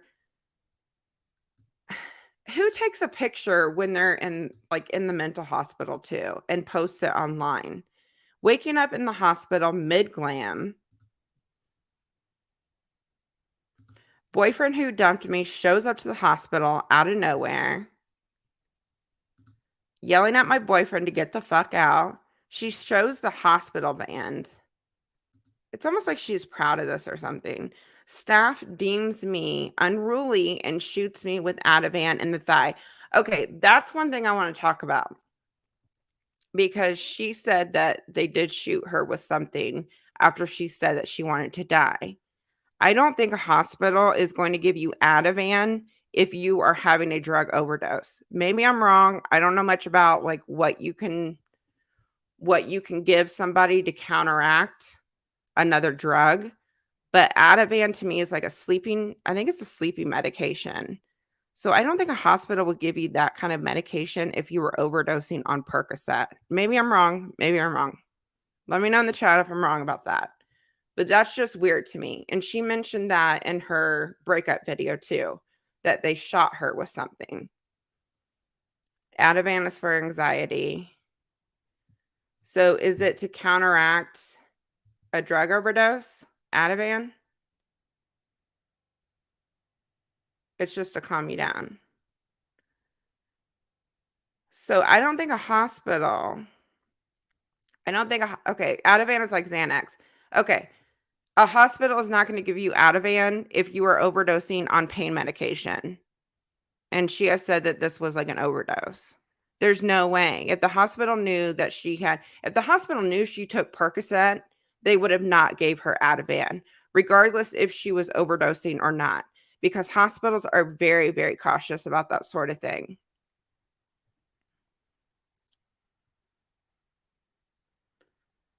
Narcan is for OD. Narcan is for OD. Okay.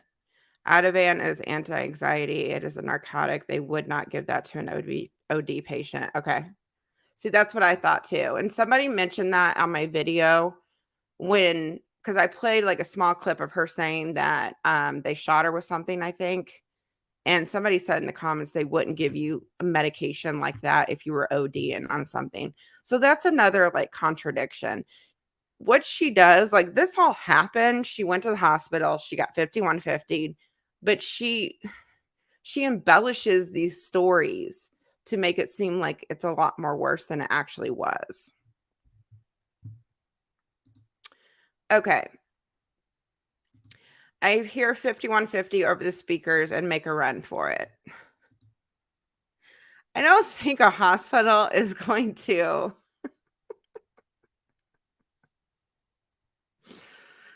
Do you think a hospital is going to get on an intercom and say, patient Trisha Paytas is 5150? There's no way. There's no fucking way.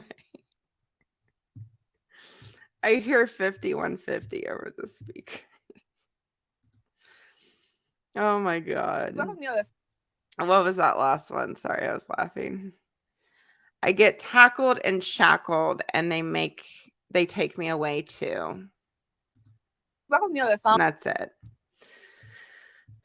I can't believe she acted that whole thing out on TikTok, man. Like, I can't.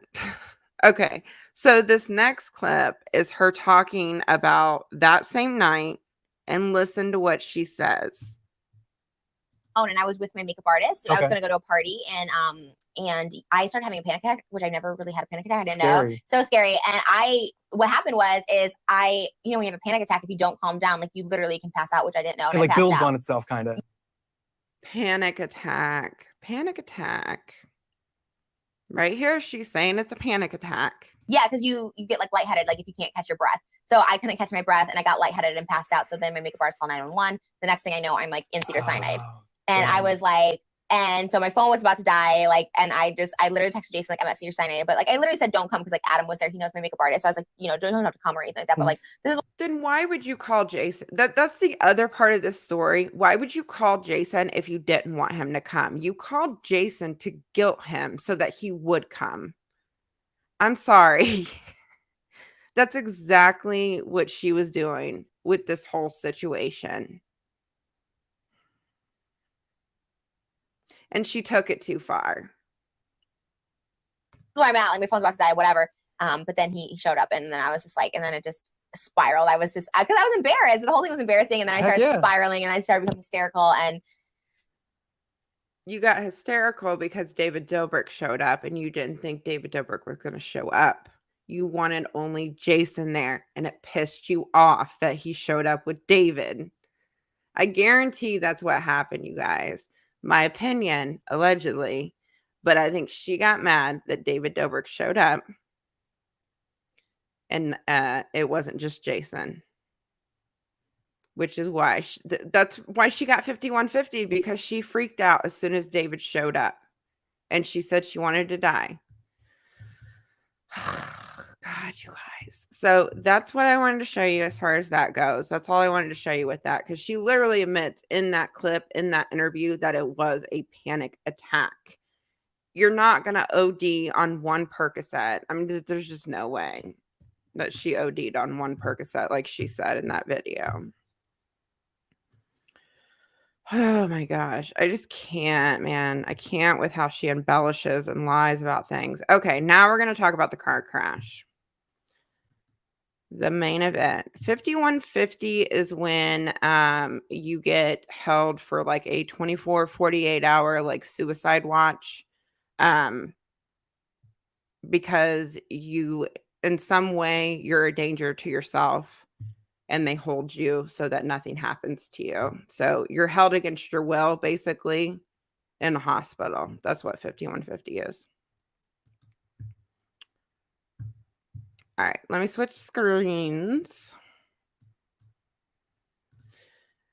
All right, I hope this live's going good for you. Like, I fixed my internet, you guys. Like, I fixed my internet. I hope everything's like moving good for you guys. Like the videos and everything, and the sound sounds good and all that good stuff.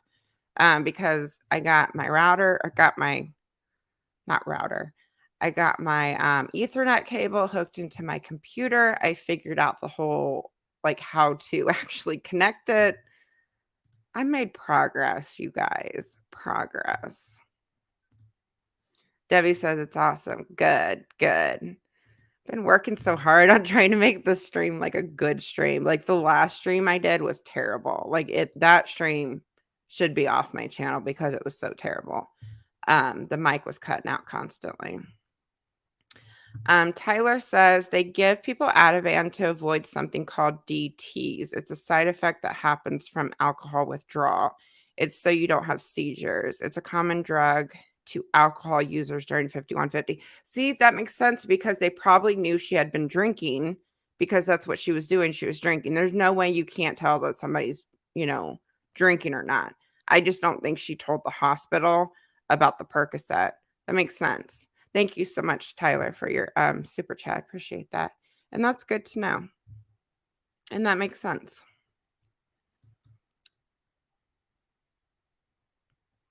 All right. Thank you, Danny. I'm glad everything's going good. Good. I'm glad you guys are enjoying it. Good. I'm glad it's going a lot better. Is Sebastian here? Sebastian Soto? Hey, Sebastian. Hey, everyone. I'm so happy to be here. Sending Mysterious a huge hug. You are such a hard worker. I appreciate you. Thank you, Sebastian. I appreciate that. I hope you're getting your claims figured out. If you need any advice, just email me because I've gone through a lot of them.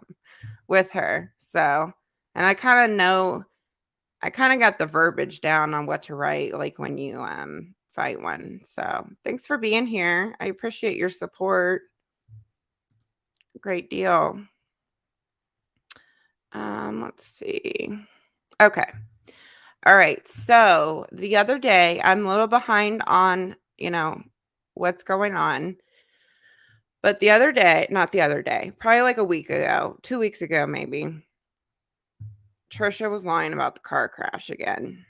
And I compiled a bunch of clips together. Some clips that you guys found, some clips from my video to show there is no way that she doesn't remember this car crash,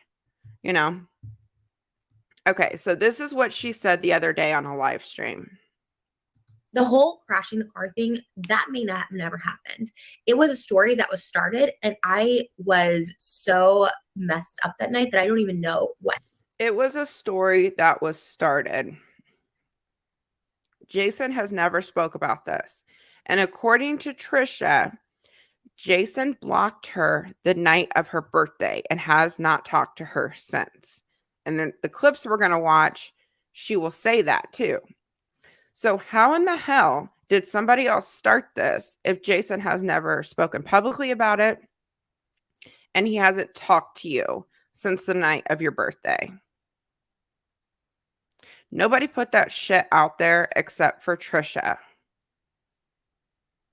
Happened, and I still haven't got any answers about that. So that story could be completely made up. I don't know. And this pisses me off when people are abusive like she has been. I don't like it when people say that they don't remember something. One night when I was in my relationship, I got beat pretty bad. And the cops were called, he was arrested, everything else. I ended up going to the hospital. He played it off like he didn't remember doing it, and it pissed me off so bad. So I hate it when people do abusive stuff like this, harass people, whatever all she did that night, and now she's downplaying it and acting like it never fucking happened. It's just really, it just pisses me off, like really pisses me off. And she does this in so many different scenarios. She says the same thing about her hitting Moses that she doesn't remember. And your car would have damage to it. What the fuck? Like, how do you not remember your car having damage? You know what I mean? And I don't really like even talking about it because I don't get answers from it. And the person who started that needs to clarify that because I don't even think that happened. Okay. Hey, Daniel, how are you? Okay, so this next clip is her talking about blowing up Jason's phone. And thank you. Hold on. Thank you, Danny. I appreciate that. Yeah, it's just so like these like red flags it's typical abuser behavior. Like, denying that the incident happened, especially if they're in trouble in some sort of way. Like in my situation, he was in trouble. He was facing charges. In Trisha's situation, she should have faced charges for this because what she did is like a serious crime. Like it's multiple crimes. It's harassment. It's breaking and entering. It's holding someone against their will, false imprisonment again, and whatever else she did to him that night. Driving while under the influence, crashing her car. Oh my gosh, it's just so frustrating. It's so frustrating. Thank you, Daniel. I appreciate that. I hope you're doing good. Okay, so this clip right here, she talks about blowing up Jason's phone, and she admits in this clip that Jason never responded her. And these texts that were sent were the night of her birthday. So, again, the night of my birthday, which is May 8th, he's officially stopped talking to me. And look at all these text messages. And he did block her. So she says he didn't block her because she called him and it rang through. When you block someone on an iPhone, because it looks like he has an iPhone because the text messages are blue. When you block someone through an iPhone, it just rings and rings and rings and rings. You can still call somebody, it'll ring through. At least that's what I remember when I blocked people on my iPhone. It's been a while since I blocked somebody, but that's what I remember how it works on an iPhone. Unless you go through your actual cell phone provider and put the number in, that's when it'll say this person has you blocked or something, has restricted something. You have to go through your cell phone provider. But you can see that in the text messages, when you block someone on an iPhone, they go green. And he didn't block me because I called and I wasn't blocked, but he just wasn't responding. And these are my thirsty text messages. Look how many there are. That's yeah. insane. So that's really embarrassing because he hasn't responded to any of them. And yeah, you beg him to take you back and it happens and it's real, but it's going to make you then feel worse that you're not wanted and that no one is going to want you or love you, which will then put you in this depression of I'm not wanted, I'm not good enough, like he doesn't want me back. If he doesn't want me, nobody will want me. I told him my secrets. I told him everything about me. Me actually just recording that audio. Let's not send that. Yeah. Any therapist and any sane person will tell you don't do that, don't text the person. But I wanted to really talk to him and I was desperate. And I didn't get a response. So. And I don't know why she's drinking out of a giant wine glass. And she says, I didn't get a response. And she said it before too. So she specifically says she never got a response from Jason. So how in the hell did somebody tell you this story if you have not talked to Jason since the night that you harassed him the night of your birthday? Tell me how that's possible, you guys. So who told her this story? Because according to Trisha, it was just Jason and her that were there. So who told her this story? I know the glass.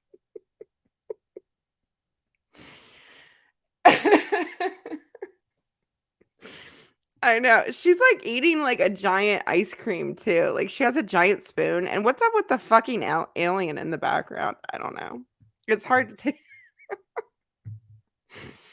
Oh my gosh. Excuse me. Excuse me. Okay. All right. So I think the next one, there's a bunch of clips. Get it? Okay. So this clip is her saying that she is the one that put it out there publicly. Okay.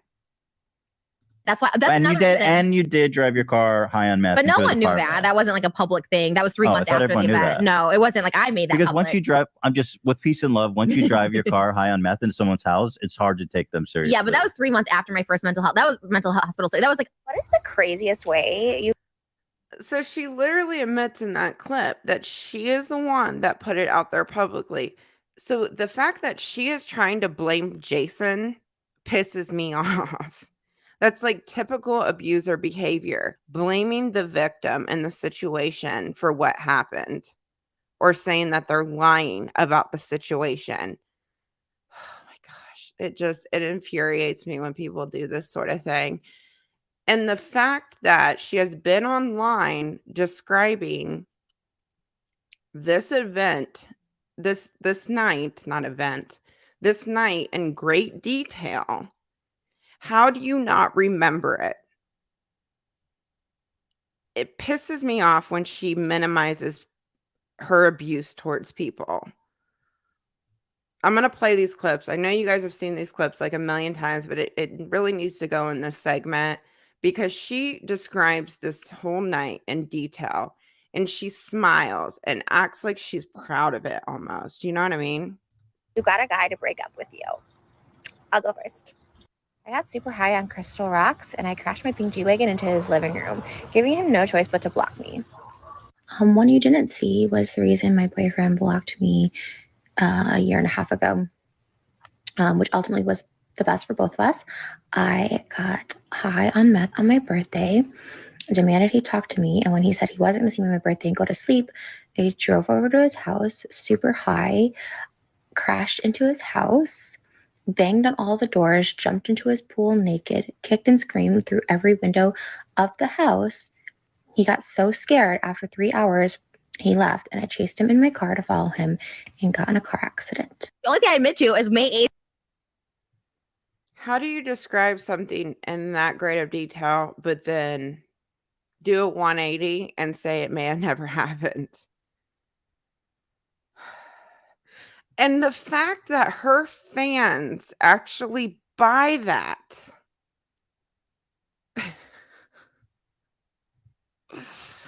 Oh, it drives me crazy, you guys. Like, it just drives me crazy. And then here, she's literally admitting to everything. And she's admitting, she said that it wouldn't surprise her that she threw a brick through his window, too. So, and I think in the next clip, she admits to throwing the brick through his window. It's 2019 when I went to Jason's house. That's like the only thing. You did drive your car through Jason's house. That's what she's talking about with like the brick through the wood thing. I admit to that. That part I admit. But to just say that I was violent towards David or anything like that, like that part I admit, like it's not that big of a deal that you drove your car over to somebody's house, harassed them for hours and hours, banged on their doors and windows, jumped in their pool naked, and chased them in your car and got in a car. How did you not go to jail that night? I just don't understand it. Like, I don't get it.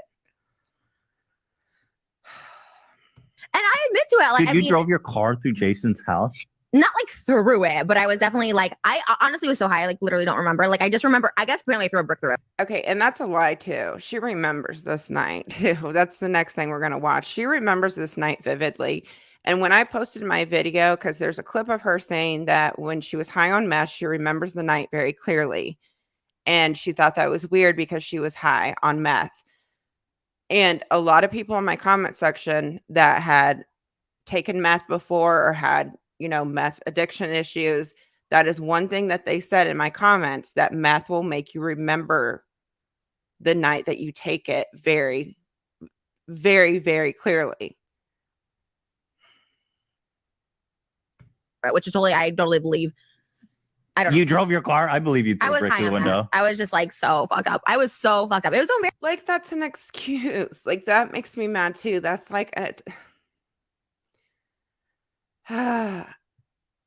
it's just like a typical like abuser excuse. Like, for example, my boyfriend, he drank heavily. And usually when he drank is when I would get hit. And he would make that excuse. Well, I was fucked up. Sorry, I was fucked up. Or I don't remember it. I was so fucked up. I have problems when I drink alcohol. I get really angry. It's like, come on. I hate these excuses. It drives me crazy. And people buy this with her, and I don't really understand it because I just don't get why she gets away with so much. embarrassing. And I admit, if Jason wants to sue me for that, like sue me for that. Okay, that I admit. That I admit, like, it's not a big deal, even though you like scared the shit out of him. It's like she doesn't even care. Man. Want to reiterate, I have been sober since May 9th. And this is her saying that she remembers the night very clearly.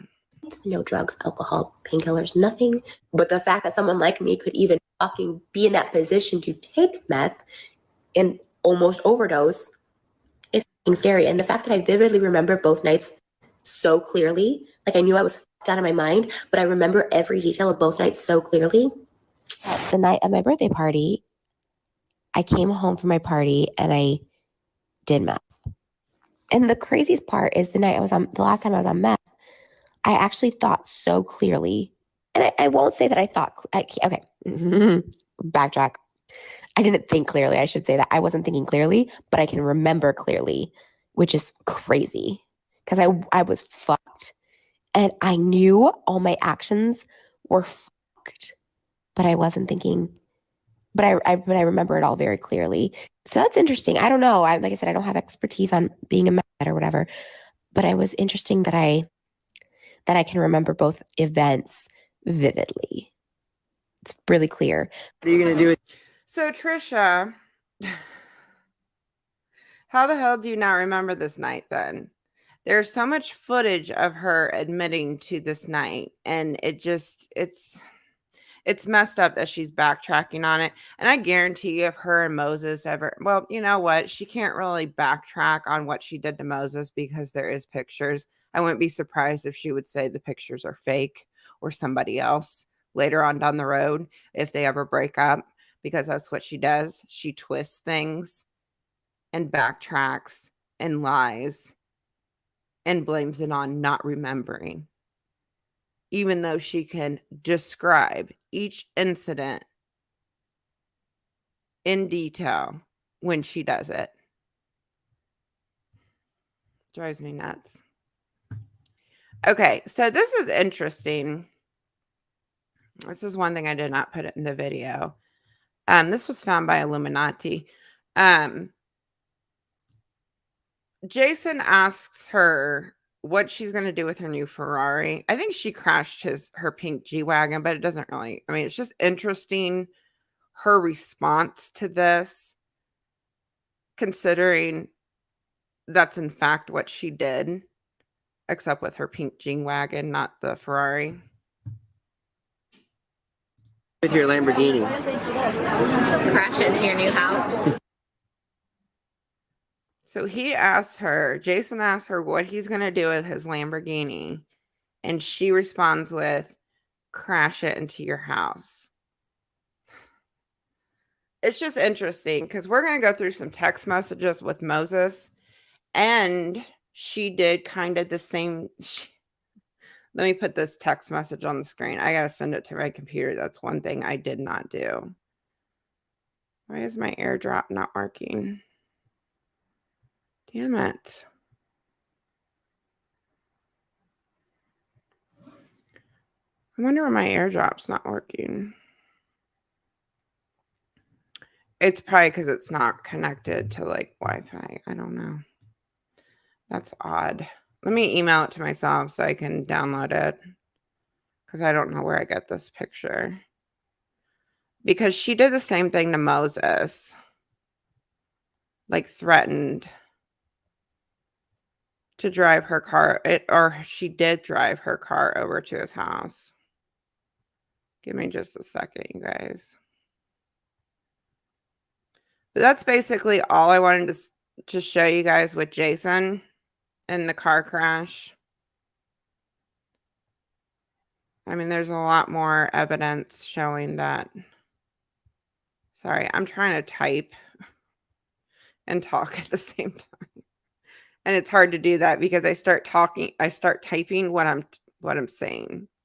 Okay. All right, I'm done typing. Okay. Sorry, I was trying to email it to myself. All right. But that's basically all I wanted to say about the car crash. I wanted to show you that stuff on Jason. We're going to move on to Moses, and it kind of goes in line with like her driving her car over to their houses and threatening to drive her car into their houses. Let me go through the super chats that I missed during that, and then we'll move on. This live will stay up for anybody that's wondering, and I will chapter this live with like each segment that we kind of talked about. Let me go through, let me get to the top of these chats here. Sorry, guys. There's so many comments. How many people are in here? Wow, there's almost 3,000 people in here. Thank you so much, you guys. Appreciate it. Hit the like button. Hit the like button. Okay, I'm trying to find the last chat that I had. These chats are not disappearing like they usually do, thank God. Because they usually disappear, like if I let them go for too long. So I hope I'm hitting as many of you as possible, or getting most of you. All right, let me go down because I think I passed up. All right, here we go. We're to the first one. Mallory says, let me say, I think Trisha said that she misspoke on the H3 podcast that she drove into, not drove to, Jason's house. Does anyone remember her saying this on Frenemies? I think we just watched that clip. You probably commented that before I played the clip. But I think Ethan asked her if she drove her car like into his house. I think he meant, did you drive it through his house? Like, did you like hit it so hard you knocked down the wall, basically. And she said not through his house. And then she like, I think she didn't like finish that sentence, and she said, but I was so fucked up. But I don't know. So many excuses. Thank you so much for the super chat. I think there was a couple more. The oddest part of this is you got to remember she is not speaking to anyone. She's just talking to herself until she posts this video. Yeah, exactly. I don't know. I don't understand her excuses, but I mean, like, it's weird that her fans buy it too. Like, I just don't understand it at all. Thank you so much, Tyler. And Lord Pharmacist 100% given PA for physical. Given PA physical versus nurses. Are you talking about the drug that we were talking about earlier? I'm not sure. I'm not sure I understand what you mean. But thank you so much for your super chat. I appreciate that. And thank you, Kendall, for becoming a member. And there was a couple more, and then we'll move on to Moses. I'm trying to make everything as streamlined as I can here, you guys. Megan says she is full of it. She started the story. I've waited for years for someone to call her out. 4 years. I used to watch Jason and David's vlogs, and his followers were telling him to run and get a restraining order. Yeah, when I did a lot of research on episode 2, a lot of the comments were like pissed off that Jason kept putting up with it and everything else. But like the thing is too, like in these relationships, it's really when you're being manipulated like she does with her boyfriends, I understand. Like, I understand Jason. I understand Sean. Like, I understand why they stayed with her for so long. Like, I stayed in a very abusive relationship for like 8 years. So I get why they stayed with her and just kept going back and, doing that sort of thing. But when I was reading through some of the comments and everything else, I saw a lot of people like saying that she was treating him like shit, or I think one person said, Jason, I just can't watch this anymore. I'll be back once you guys break up because I can't stand her walking all over you.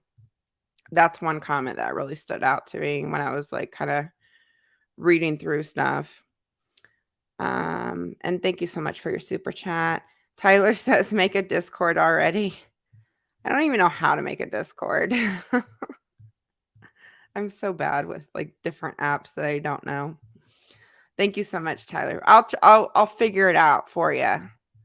How's that sound? All right. Okay, let's go on to Moses. Thank you so much, Tyler, and thank you for everyone that donated just now. I got okay. So these, I gotta go into my email real quick because I gotta get the screenshot. I forgot I emailed it to myself. So there was an when Moses was,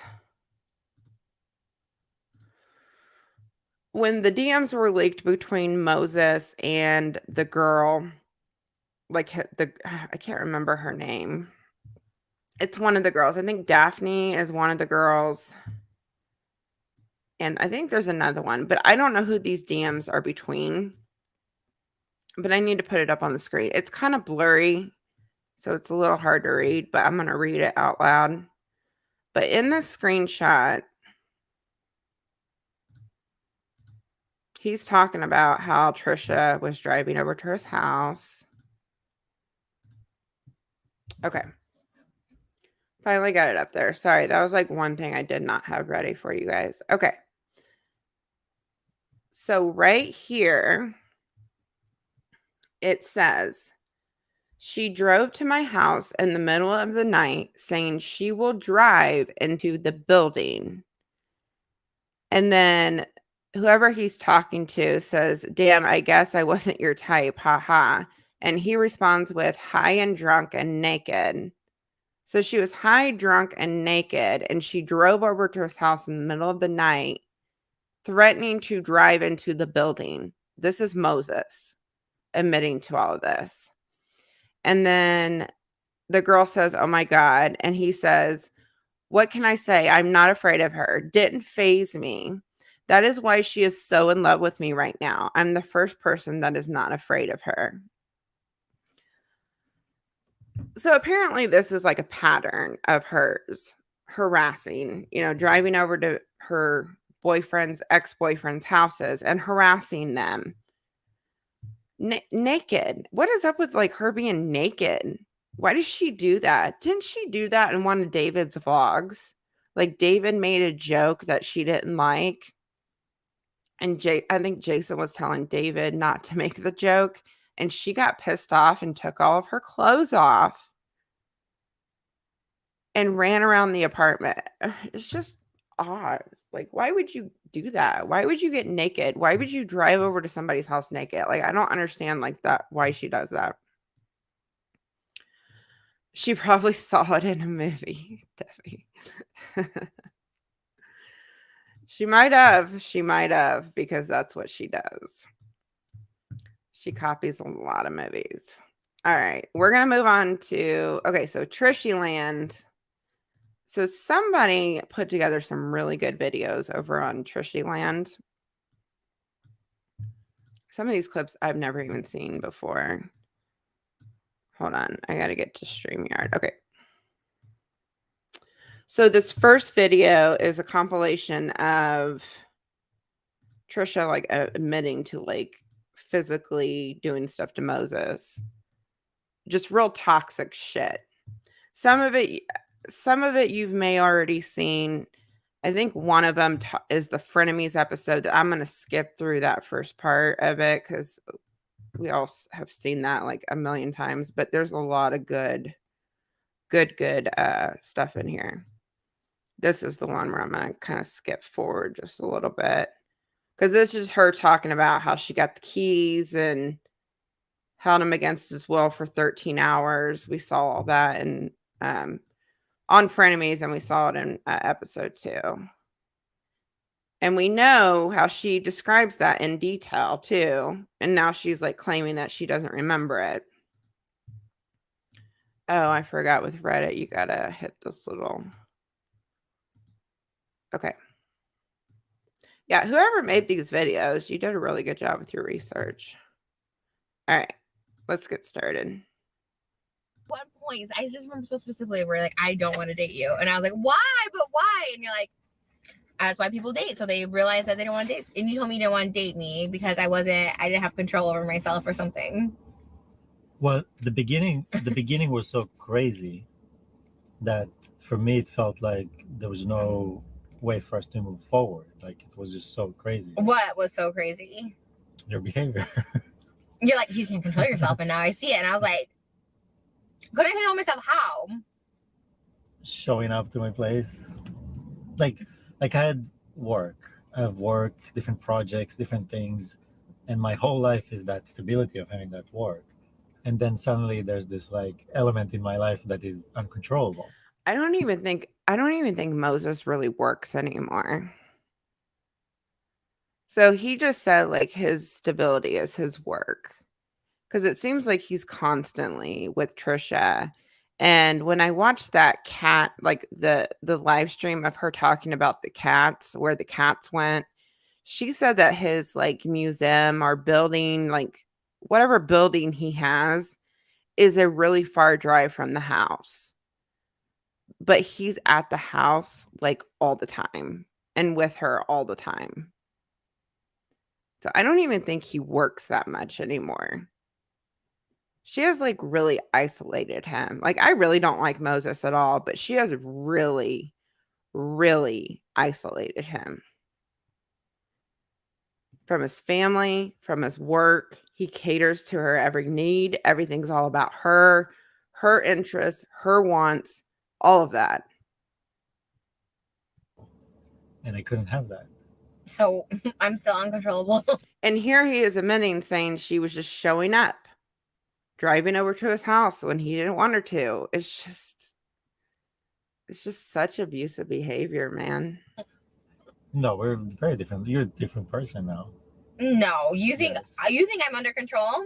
No, you're a different person now. You're I not feel like under anyone's I feel like control. I still mess up your life being uncontrollable with what I say. I feel like I'm always getting in trouble.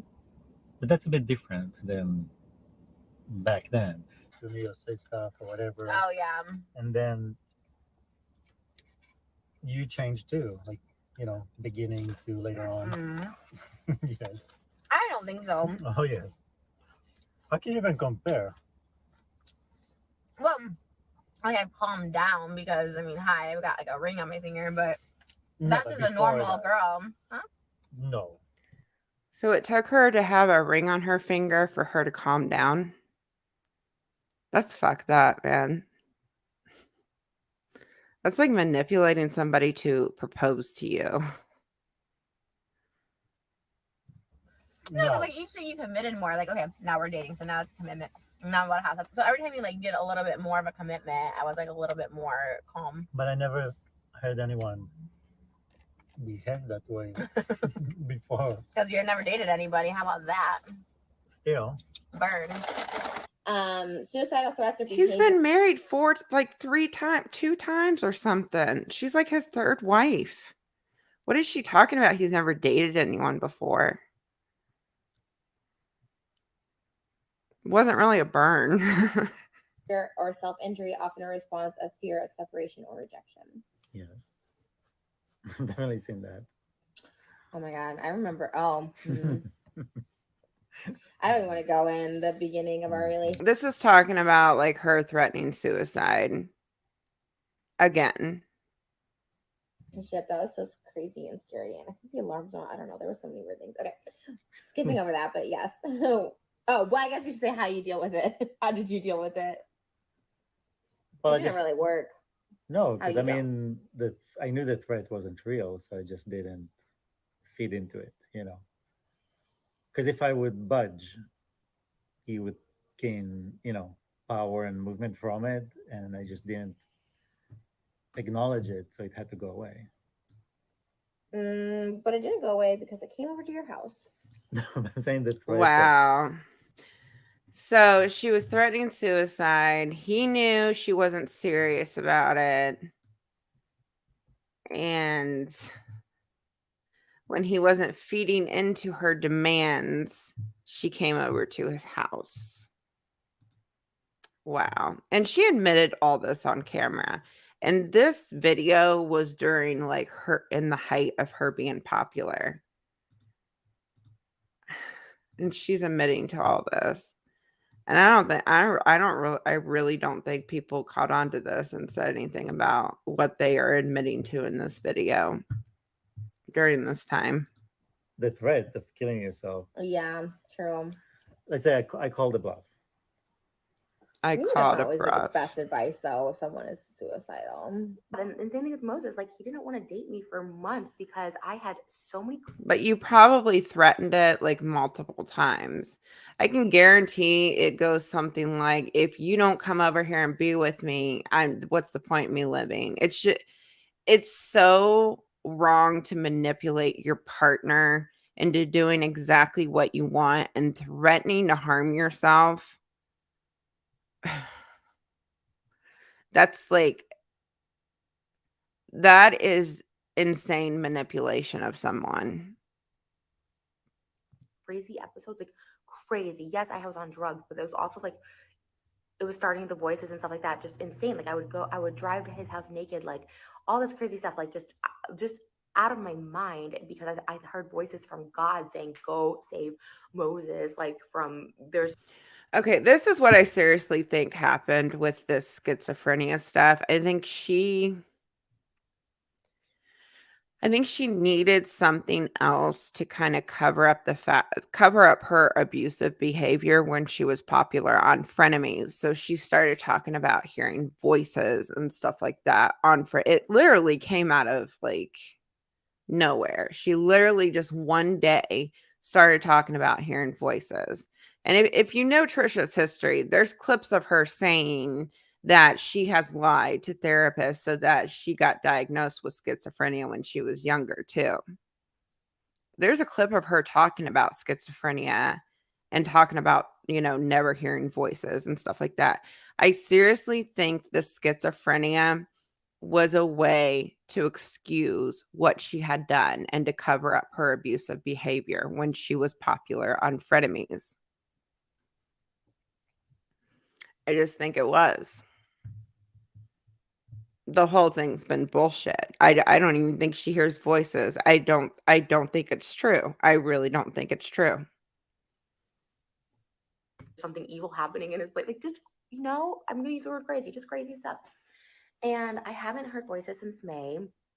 I've been on medication since May. Obviously, medication takes a while. I'm not saying that just turned, but I really haven't heard voices since May. Even when I have episodes or whatever that are my own, I'm not saying it's anyone's fault, and no one should endure it. No one should endure it, period. Some sad boy art Moses made for me. Funny story about. So back at my old house, I'm going to read this comment. Van Luke says, my mother is schizophrenic, and there's so much more to schizophrenia than just hearing voices. Even Dr. Drew said that she was not schizophrenic. She picks mental illness the way she picks her religions. I agree. I think it was all just a cover, and she just did it. She just did it to do it. She just said it to say it to excuse her shitty behavior.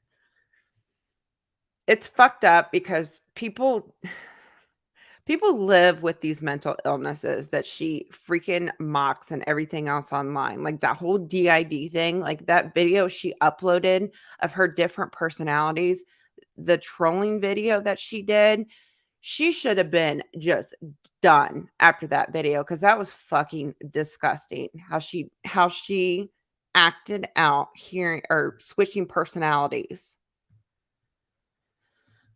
And I get so frustrated when she blames her shitty trolling videos as, oh, they were just trolling.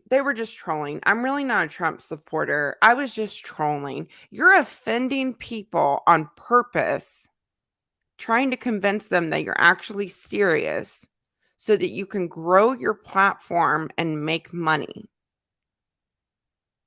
You know exactly what you're doing, and you contradict yourself so much so that you can back out of whatever you have said. It's just so weird. I've never seen anything like this with any creator. There's just so much with her. I was cray-cray. I was on a lot of Xanax. I did a lot of drugs. I definitely wasn't doing the work on myself. And she constantly blames it on drugs and everything else. Like, oh my God. She's excusing her abusive behavior because she was on drugs and because of her it's drugs, mental illnesses. Those are her two main excuses. I just don't understand why she don't get proper help. I just don't. Why are you talking online? Talk to a therapist. If it helps you talking online, go talk to a therapist. It should be therapeutic for you since you like to talk so much. I just don't get it. I don't get it. And yeah, we used to have fights a lot that I would mostly just be instigating. And he brought that over for one of my shoots. I was just really angry. He's like, Moses' love is one of those where kids throwing this tantrum and you really just gotta hold them. I don't know what that is. That's a syndrome, right? Where people just or kids can't control themselves and you have to almost tackle them with love, hug them and be it's okay, it's okay. I'm not sure what it is. I don't want to say something wrong, but that's kind of how I was, and I really needed help. That's why I got help. I got help in July, and then I was doing the individual therapy, but not going to group therapy, which you have to go into individual therapy to go to group therapy. With how extreme her behavior is in these relationships, so she's saying that she got help in July of 2020. And here she is talking in June of 2021. I just don't think you can, heal that much behavior in that short a period of time. It's going to take a lot more work than just almost a year with Trisha. And with how much she is online, how can you really get proper help for all of it like that in a less than a year? I don't buy it. I just don't buy it. I think she got better at hiding it because it affected her image. Because she turned her image around online. This was during frenemies and everything else. I don't know if June of 2021 was during frenemies. But when she rehabilitated her image, she had to start hiding her little episodes that she has. And she couldn't just talk freely like she normally did. She got better at hiding it, in my opinion. That's what I think. I don't think she ever got proper help. I think there's a lot of dark stuff going on when the camera's not on. I just don't think that she has changed the way she claims. But not vice versa. So it's kind of like, I can't be doing 2 therapies, but I needed to. And then I did stop for a little while, and it just like, yeah, I thought I had a handle on myself. And then as of lately, I was like, okay, I need to like go back. So I looked up some places in my area. Because my therapist is really far now. It's like an hour. So we Zoom, but it's not the same. Anyways, he went and tackled me with love with that. I don't know if it's really like a great love story, but I thought it really romantic and sweet. And he really just had to tackle me with love to be like, I love you. I'm here for you. Stop pushing me away. And I don't know anybody else who would do that. And I don't know if anybody should have to do that for anyone, but he did it for me. And I'm really grateful. Put a finger down if they ever forced you sexually. Put a finger down if you got to keep your location services on. Put a finger down if they threaten to kill themselves if you've tried to break up with them. Put a finger down if they've called you names. Put a finger down. That's if everything in ruined this your life. video. There's one more I want to watch with you guys about Moses. I think there's just a lot we probably don't know about this relationship with Moses. All right, let me switch screens because there's one more. There's one more, and then we are at the end, you guys. And we're just now at 2 hours. That's not that bad. For as much stuff as I planned for the stream, that's not that bad at all. Wow, there's 3,000 people in here. That's crazy. Okay.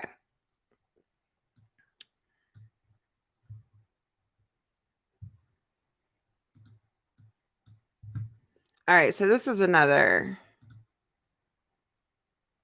one of those videos put together of her admitting stuff that she has done to Moses. All right. Oh, no. I don't want it to, hang on.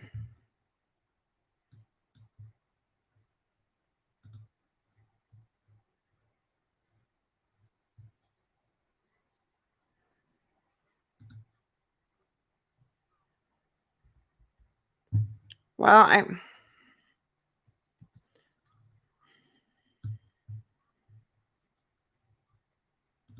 I can't do it full screen because it's like taking up my whole screen for some reason. Sorry, guys. I hope this is okay. Because then I can't see anything else going on.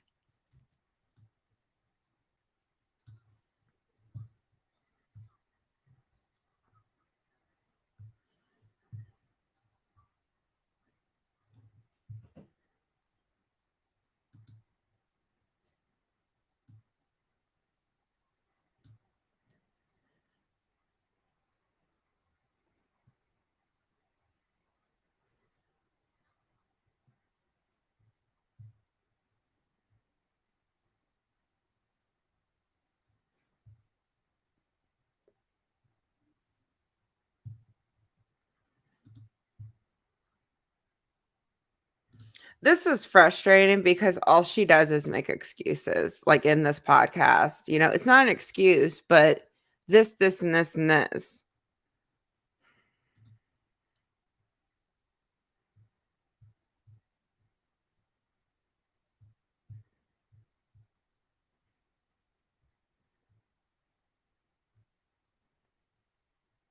Then why do you say you don't remember it? Like, that's just a slap in the face. Like, saying you don't remember something that you obviously remember, especially when it's like an abusive incident, it's just downplaying the abuse that Moses went through. And it's not okay to do that. I actually think in this podcast, she like linked resources for domestic abuse and everything. There was one podcast that she was talking about how abuse wasn't okay and everything else. Considering her track record and how many excuses she made in this podcast, it was just the way she was trying to like be a victim's advocate for DV victims in one of the podcast episodes she did. It pissed me off. It's just unbelievable what she does.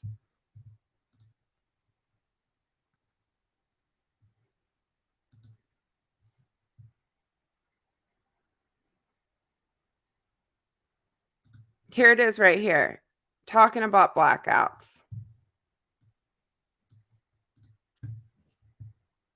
Saying she's not making excuses for all this stuff, but then says she blacks out all the time. The blackouts, I don't believe they're real. I don't think she has blackouts.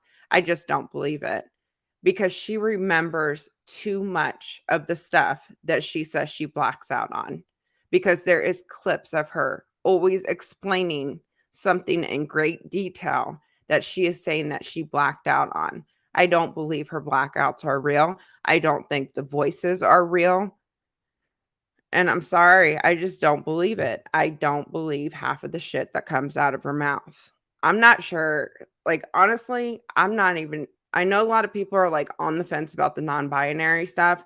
I'm not even sure if that's legit or not, because it's just really interesting that she found this community to get her out of her transgender scandal.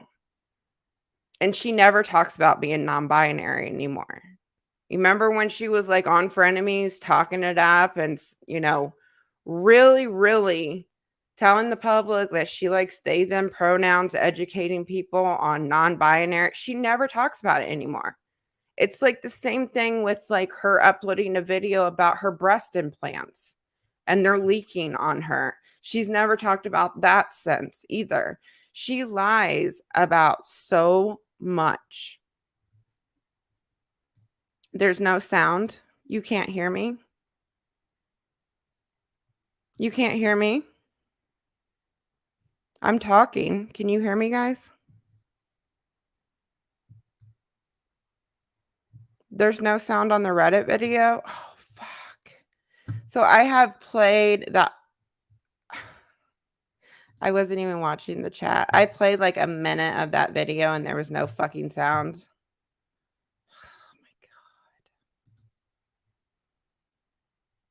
God. Everything was going so good with the stream too. Hold on. I don't know why you couldn't hear the audio, because the audio is on. People could just completely lie to me and say what happened. Can you hear it now? And there are times where I've blacked out and I don't even know. Obviously, driving my car into someone's house, I don't remember it, but I was told that, and that story, like, I can't even recall if I wanted to, and it gets twisted now by even just social media, that it's like, what is real? Did that really happen? Like, I don't remember. I heard a brick story. I heard this story. So pissed the sound wasn't playing. Like, everything was going so good in the stream and the sound just stopped playing. Okay, I'm going to rewind it and I'll just edit that part out of the stream when I upload the video. Okay. Yes, I hear her, unfortunately. I paused it a lot. The screen was covering up the chat. And I wasn't really looking at the chat, and it was like stuck on a certain spot. And then I like, I was just straight up saying my relationship. I started begged for him to come see me. You guys did try to tell me, and I literally was not even looking at the chat. I was like going off on a rant. I'm sorry, you guys.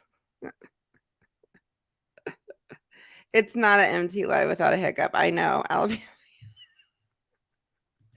I appreciate you guys for sticking with me through all my issues. All right, let's try this again. All right, let's try this again. Maybe I can blow up the screen this time. Hopefully it'll work. Yep, there we go. Everything's working his now. house, like bang on the door to see me. Like, I was sending just nudes, which is fine. There's no judgment there. But I was just like grasping for attention, just being like, I would just send sexual messages all the time, just like get him to come over, like just the most, right? And not that he like would just jump when I'd say it. There's things that happen or whatever. And then he took his space, and I was like blowing him up. I was like, oh my God, I miss you. You know, the isolated incident that happened last summer of it was physical abuse. Like I hit Moses, and it was on his arm, and it was isolated, and it was a time when I was using, and that's not to excuse anything, but I talk about it, and like I talked about it briefly there, because like all the chat was it's not an isolation. It happened multiple times. It didn't happen multiple times. It happened one time. Again, not an excuse, but there's no pattern of behavior. So people are calling protection services on Moses because it was a really horrible incident. It's just one thing people can throw in my face, and it's absolutely fine. And I'm absolutely not running away from that. And it's something I will speak on. It was like a low, dark point in my life. Like I would say the lowest for sure, because I've never done that. And blacking out is super scary. And there's times where I blacked out and I don't remember, and people could just completely lie to me and say what happened. And there are times where I've blacked out and this is what I was talking about. Like, every single thing that she says, she makes sense, and then she backs it up with an excuse. It's just a bunch of excuses. And then she goes into the blackout thing, and the blackout thing just drives me crazy because I don't think they're real. I don't think any of it's real at all. I think it's all just another excuse. Blackouts, whatever. I don't even know. Obviously, driving my car into someone's house. I don't remember it, but I was told that. And that story, like, I can't even recall if I wanted to. And it gets twisted now by even just social media that it's like, what is real? Did that really happen? Like, I don't remember. I heard a brick story. I heard this story. And I don't have any answers for that because there was only 2 people there that night. And I just am like, unfortunately, when you black out, like, a lot of times you just don't remember. And right there, she's admitting that there were only 2 people there that night. So the only people that would have known about that night is Jason and her. And Jason has not spoken to her since she drove over to his house that night. Yeah. Who said that? She only blacked out whenever people call her out on her abuse. Yeah, I agree. That's exactly what she does. And that the physical strike, I just don't remember, and that's really scary and really sad. It's not okay. Like, it's not okay, and if it's a mental illness, if it's a dissociation, if it's a drug thing, if it's an anger problem, just out of, if it's a drinking whatever it is that needs to be fixed, it needs to be addressed. And it was a rock bottom for me. It was a huge rock bottom. We did not talk for all of July of 2020, and I sank and I used, and I was engaging in the most promiscuous behavior that I've ever experienced. And I don't know how, I don't know what, but by some. It's funny that she'll like expose every little thing on her boyfriends and everything else. But you remember when Ethan said that she hit Moses on the podcast, how mad she got at Ethan for making it public and everything else. And I think they were talking about something else that had already been public. Like, she was fine, like, talking about Moses and sharing their private conversations and everything else.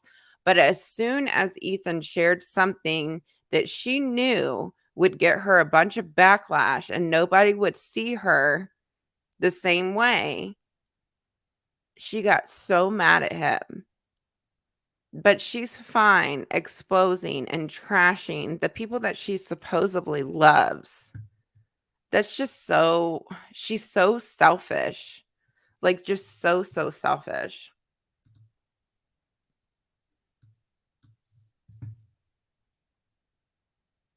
She did the same shit with Sean. Like, she would not tell the full story. She would make Sean look as bad as possible and not mention the little holes that were pieced together in the video, like the suicide threats and everything else, and everything he was dealing with, like that mental illness video. She was actually somewhat honest in that video, but it all gets clouded when you take it down and upload other videos trashing him. You know what I mean? There's just so much that she says. Miracle, he started talking to me again. I had given up. It was like a week of me just trying to get him to talk to me, and he didn't. And then slowly just started talking to me again. And I always ask him, I'm like, what was that? How did that even happen? He's like, I just, I missed you, and I don't know, I didn't want to talk to you ever again. And I know people are going to just analyze that and be like, oh my God, he's going back to his abuser. And it's like, I understand the frustration. I understand the anger and the severity of it. I understand it so much. I live with this every single day, not only guilt in my heart. This is the video where she was like trying to act like it wasn't okay, but then making all of these excuses, and she linked like the DV hotline and everything else. It's just, it angers me seeing like abusive people like her make all these excuses for actually laying their hands on someone. Guilt when I look at him. Like there are times where I break down crying and I'm like, I cannot believe, because yes, the physical part is horrible, but verbally I was very abusive at that time, which I think is equally as horrible and should equally be as talked about in any relationship. And that's what you have admitted to with Sean and Jason. I'm sure there's a lot more that we don't know about in those relationships. The only reason that the stuff is online about Moses is because it got leaked by somebody else, or we would never know that stuff either. So why do you downplay your abuse towards everyone that you have been with? That verbal abuse was unreal. It was unreal. There was that night, and I'm talking about a specific night. It wasn't a pattern. I maybe had 3 verbal rages, which I guess is pattern in a sense, but I had said some of the nastiest thing that I can replay so vividly. I was on, I don't even know, just drugs, like K-hole or something. I was on so much. When I met Moses, like I wish he was here to talk about it, but like I was so like messed up on drugs all the time. Like I would take anything and everything I could. I was still in love with somebody else. Oh, wow. This is recent.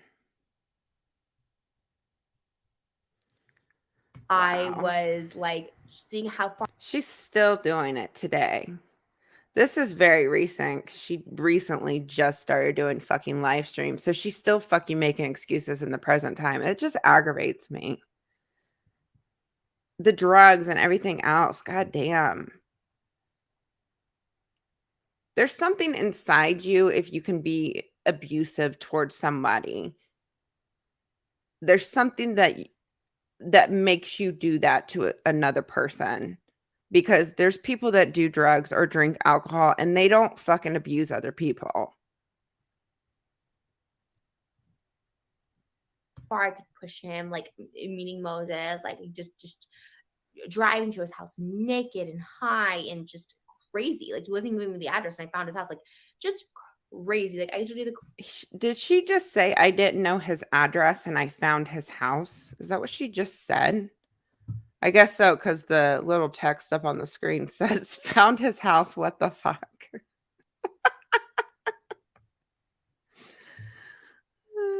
Crazy shit where I get like I freak out and I like run away and I'm like, you know, say I'm gonna go meet somebody at the port. And this hasn't been like recent, but like I'll be like, I'm gonna go meet someone for sushi or something, and he like shows up and knows that like to come because I'm like agitated or I'm hungry or something, and I just sometimes leave. I don't know that, like it doesn't happen a lot. It's happened like 3 times, but he knows to come. Like he just knows, and like you shouldn't have to know that stuff, but it helps so much to hear you still have moments. I do too sometimes and feels hopeless. Yeah, it just it happens. No one is perfect. No one can just change, especially when you have like a lot of problems. You can't just change overnight, you know? And same thing with Moses. Like he didn't want to date me for months because I had so many crazy episodes, like crazy. Yes, I was on drugs, but it was also like it was starting the voices and stuff like that. Just She is so repetitive. Oh my God. I thought this clip started over. So this is like a separate clip that she said this in. She is so repetitive with what she says. Man, anybody that watches her videos every single day and is a fan of hers, I can see why they get manipulated, because she says this stuff a lot. insane. Like I would drive to his house naked, like all this crazy stuff, like just out of my mind, because I heard voices from God saying, "Go save Moses." Like from there's something evil happening in his place. Like just voices from God. What? You know, I'm gonna use the word crazy, just crazy stuff. And I haven't heard voices since May. I've been on medication since May. Oh, I Obviously, think medication this takes a lot clip of was in the medication other but I compilation really that we haven't had watched. That's resistance why May. this whole thing Even looks when familiar I to me. have episodes or whatever that I'm are gonna my skip own. I'm forward. not saying it's anyone's fault, and no one should. My altercation with Moses, like that was for public viewing, right? On the first episode for enemies. We didn't want that. They were private. Wait, It was private before them, but hey, it was public my thing, Anyone's fault, and no one should endure it. No one should endure it. did she call hitting Moses an altercation? Period. Just like my thing, my altercation with Moses, like that was for public viewing, right? On the first episode for enemies. We didn't want that. They were private. It was private before them, but hey, it was out there, and I'll take ownership of it. But Do you regret anything in your relationship with Wow. Moses? You know, the beginning, totally. I wish. See, there's there times I, she like, is cry about, blaming like, how Ethan. Sorry. There she is blaming Ethan for leaking that publicly. Well, you know what, Trisha? Maybe if you didn't hit him, it wouldn't, nobody would be talking about it right now. But damn, I'm glad Ethan said something about that on the podcast. Because it really does show how far she's willing to go. in your relationship with Moses, you know, the beginning, totally. I wish, like, there's times I like cry about like how bad I feel like I treated him, and like we just had a really rough start of it, and just it was not good on either end, his end, my end, receiving and giving, both sides. And obviously it became really public, and that sucks. About people bringing stuff up from the past, like weaponize it against you. I think it's gross because I think at the end of the day, everyone who does it has really nasty shit in their closet too. I've done some nasty shit, drug induced or not. Like, it's not an excuse. It's out there. I've done some nasty shit. There's nasty shit about everybody. I felt uncomfortable. Do you see how she does that? She drops these every time she talks about this sort of thing. She always drops those little seeds to her audience, regardless of what she's talking about or what point she's trying to drive across. She's so good at dropping those little seeds in her videos. Like we saw it a lot in the Sean videos. She would drop the seeds that he just, in the relationship for clout, using her for her money, that sort of thing. She would drop those little seeds in her videos, and she would say how bad he treated her. And her audience actually believed it at the end of the day when the relationship was over. A lot of her audience believed that. She does it in so many different situations. She drops those little seeds. I have stuff in my closet, in my Twitter that I've addressed up until like a year and a half ago. The Moses altercation, like that's something that will. The altercation. Why does she keep calling it an altercation? Way to whitewash that one. I've never seen this before. What episode is this on? On the H3 podcast. Does anybody know what episode this is in? I didn't know he reacted to this video. It's not even in my closet. It's out in the open. I've addressed it. I talked about it even on the podcast. I mean, there was a time I was like running naked down the street and like I'm so scared, and I'm like literally shaking. I'm back here breaking. Oh my god, that's funny.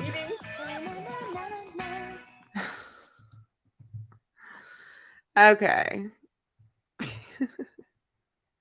Nina, you're really good at like doing those compilations. It's really good. Really, really good. Okay. Let me go back up to the top here. I'm going to read through the super chats, and then I'm just going to chat with you guys for probably about like 15 minutes, 10, 15 minutes. And then I'm going to jump off here. Sorry about the little hiccup in the live. I'm sorry the audio wasn't working. Let me go up, up, up, up. There's so many comments, you guys. I can't believe there's 3,000 people watching this live. Okay.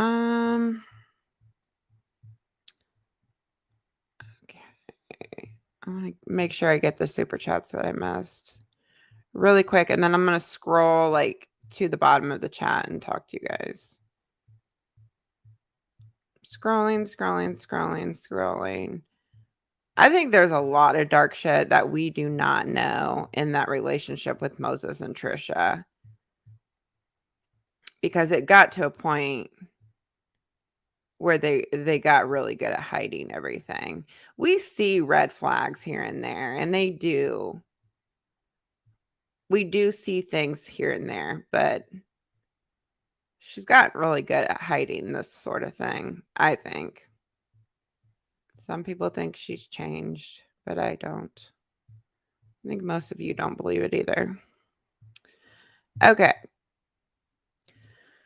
KSR says, honestly, I don't even think she has mental illnesses. I just think she's a raging narcissist with anger issues with a drug problem and exacerbates these issues and her abusive behavior. I've thought of that too, KSR, that she's just like a extreme narcissist with anger issues. I have thought that too. Because why wouldn't a therapist be able to properly diagnose her with BPD? If she actually had BPD and she actually got the testing for it and everything else, why would they only say she has traits of it? Why isn't she properly diagnosed with any mental health disorder? That's just something I don't understand. Thank you so much for the super chat. I'm going to go down. These are all like spread out. There's so many, there's so many chats telling me no sound. Oh man. Have you downloaded the Trisha is a Nazi video, Tyler? Actually, a lot of people have been asking me to react to that video. So we're going to react to it tomorrow or Sunday. I don't know which day.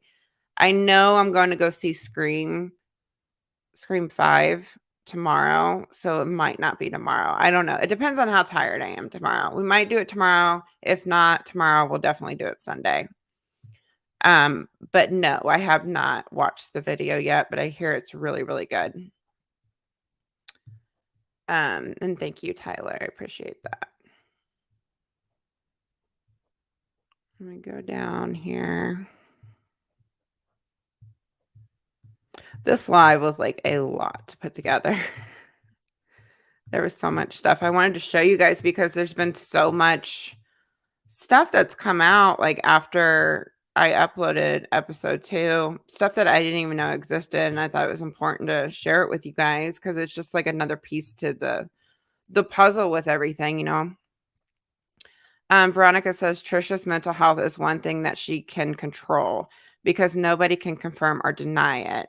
That is why she drags the fuck out of it, and she's too infatuated with the internet to go to a therapist. I agree. I think you hit the nail right on the head with that, Veronica. The thing she talks about and really, really drills into like her audience's heads, it's stuff that you usually should not even question online.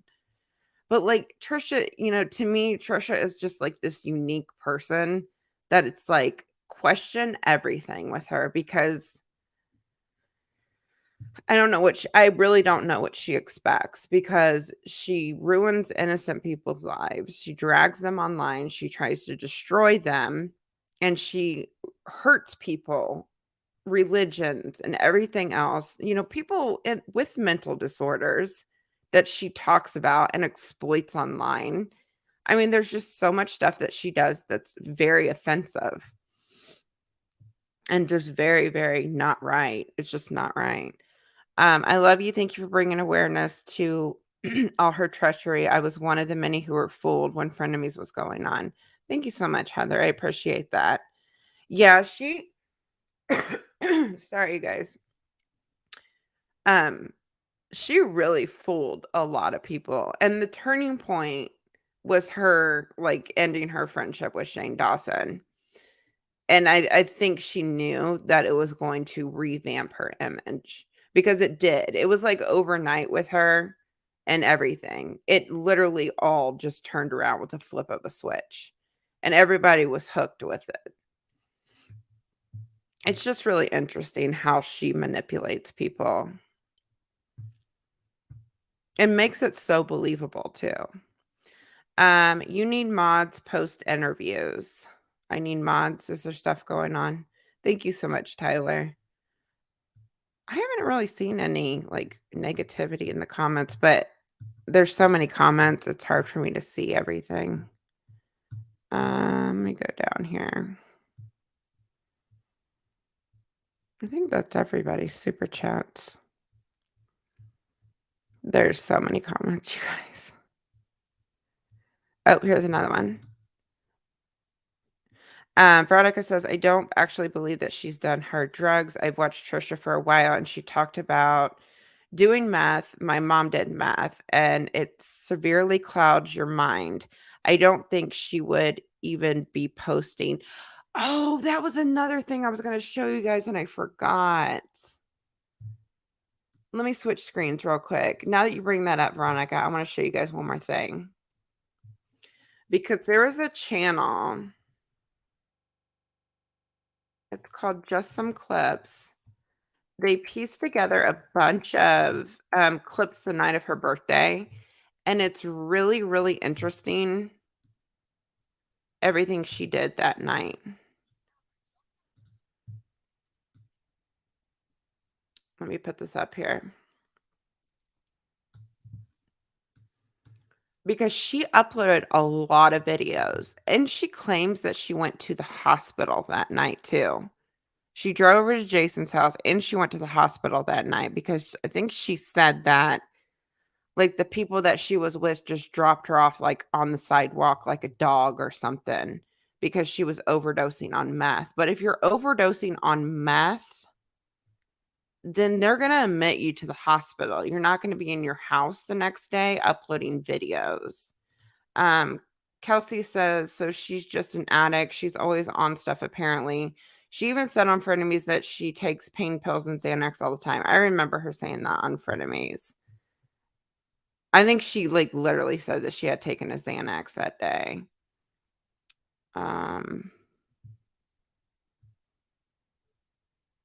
5. Why is everybody saying 5? Did I miss something? I think I missed something. Everybody's saying like 5 in the chat. Thank you so much for your super chat. I'm going to show you guys this clip when I get through these. I was on pain pills for years and I was more productive. I was a more productive person. It's different for everyone. Honestly, I was better at everything when I was on them.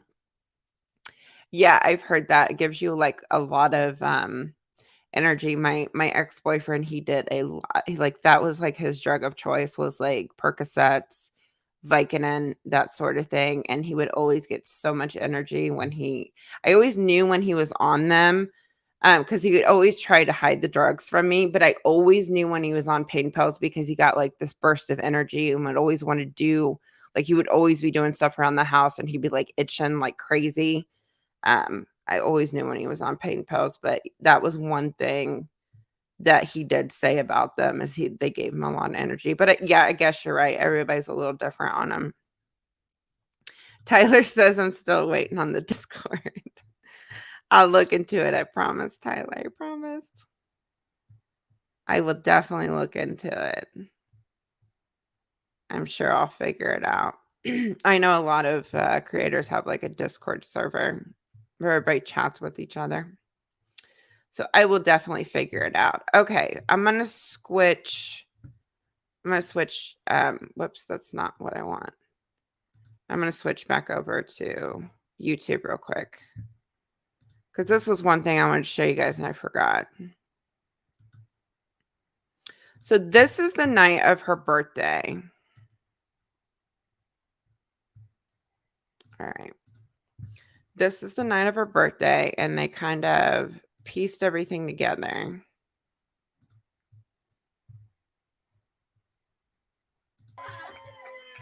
you guys for coming to my 31st birthday.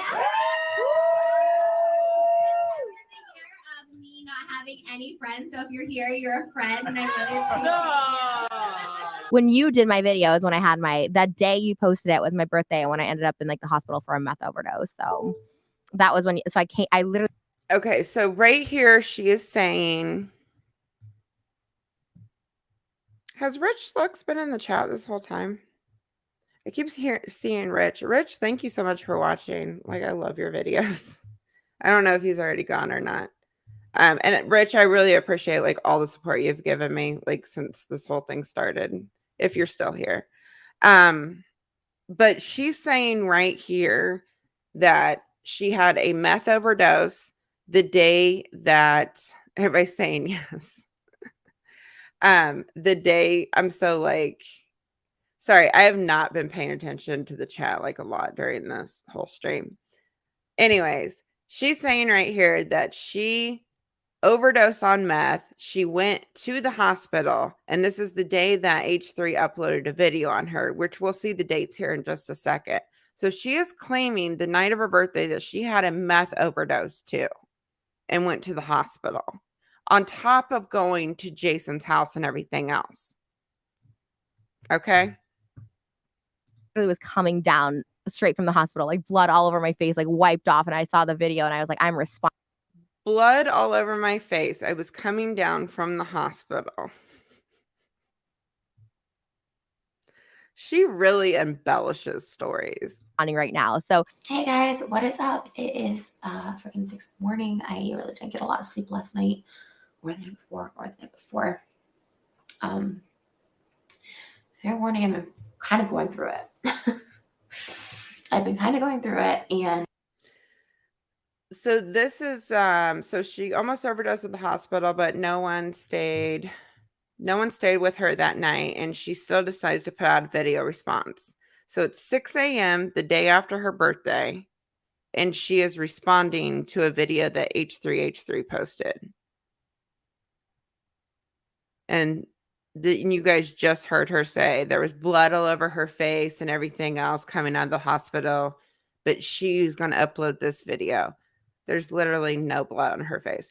There is one little scratch right there, but this channel is on top of it, and there's a clip to explain that. And I'm trying to contain and reel in my emotions and not just blurt them out online. This is a response video to a video that H3H3 put out yesterday, and like I just watched it now, and it like really made me like not only like really sad and upset, it just made me so sad and upset that like there's this 40-year-old man shaming like girls.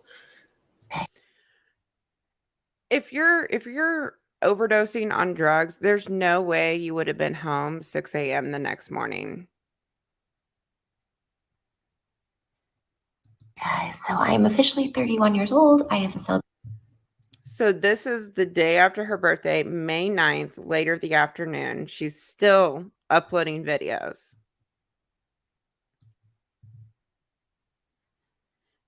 Celebrated my birthday.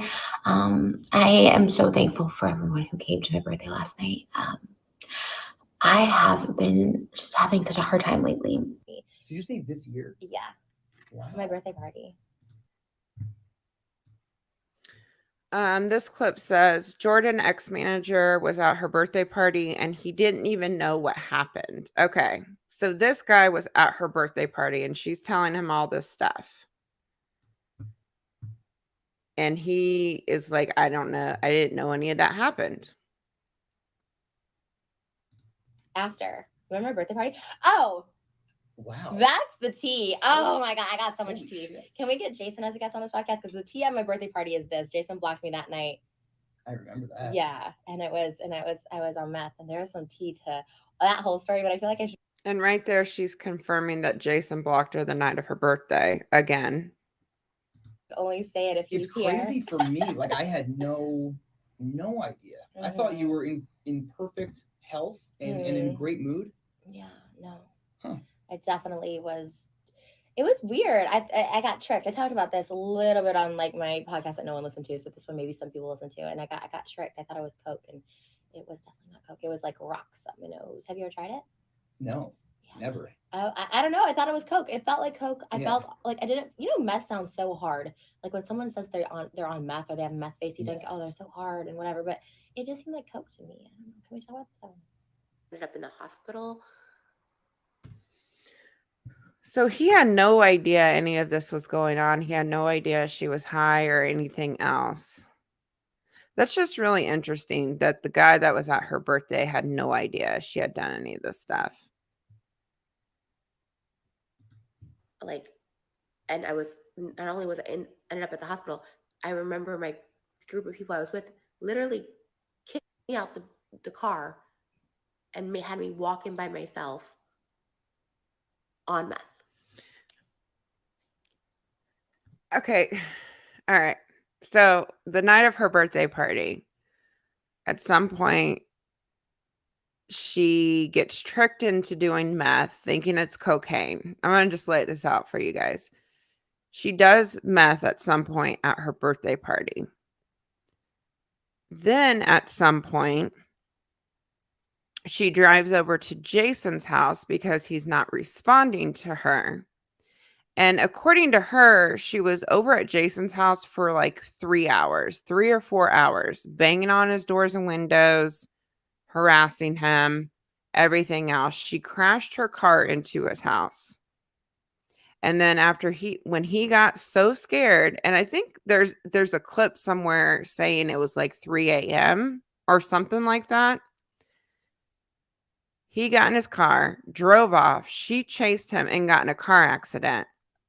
So where during this night is it possible for her to meet up with someone else and then them drive her to the hospital because she's overdosing on meth? How is it possible for that many things to happen in one evening? Especially because she was at a birthday party around her best friend or her friend that she was talking to on that podcast, and nobody even knew anything about her being on meth. There's something really fishy about this night, and I don't think she went to the hospital. I think she even has said that she was 5150 this night. I think there's stories of her saying that she was 5150 again. I don't think she went to the hospital. I don't think she overdosed. I wouldn't be surprised if she didn't even do drugs that night. Maybe she did. I don't know. But I just don't see how it's possible for this many things to happen in one evening. I believe she went over to Jason's and did what she did, but I just don't believe the rest of it. I just don't. It's just weird. How can you do that many things and upload all those videos, record and upload all those videos? There's so much more to the story. You hit everyone. What was going on there? Oh, I was addicted to meth earlier this year. Shut up. Wow. I never tried meth before, and I tried it this year on accident, and then like I was. Have you said this publicly? How? She says she's only like taken it like 3 times. How are you addicted to it? I don't get it. Yeah, because I was 5150. I went to a mental hospital. Then I tried meth after that, and then on my birthday, I like got into like a meth accident, and then that was it. I mean, I wasn't like addicted to meth, but I kind of was without knowing. I thought it was coke. I really did. I thought it was like rock coke. I thought it was like really just hard coke, and I didn't know the difference until I was like, oh, that was meth. When I went to like the hospital, I was like, oh. How do you accidentally do meth thinking it's coke? Because obviously you smoke meth. No, I snorted it. Oh, you did? Yeah. Interesting. And it was like in lines. Like I thought it was actual coke. It was like in lines, like cocaine. Who the fuck gave you meth instead of coke? Was it fucking Dobrik? just somebody. That's not meth. That's a hard one to kick. How'd you get off? Well, I wasn't. You know what's really interesting is she loves exposing people, you guys. She loves exposing people. But when she tells these stories about something, she's always like, I can't say. Like when she was talking about like Robin Williams and stuff like that, she would say like certain parts of that story, well, I can't say. Or the gunshot story, like the shot in the head story, I can't say who it was. It's just really interesting. Like a lot of these stories that she tells that I think are just embellished stories or straight up lies, she always does that. Just somebody, I can't say. Don't you think she would jump at the opportunity to like expose this person, especially if this person just dropped you off at the hospital like you were a dog or something? I don't know. It's just really interesting. You can tell when she's lying about this kind of thing. like super. Okay, here's the thing. I say like addicted as like a joke. I wasn't actually super addicted. I probably only did it like 5 times. The problem is I abused it every time to the point of where I was like literally like compulsing. You know what I mean? Like I was like this. You know what I mean? So like. And that's where the scratch came from.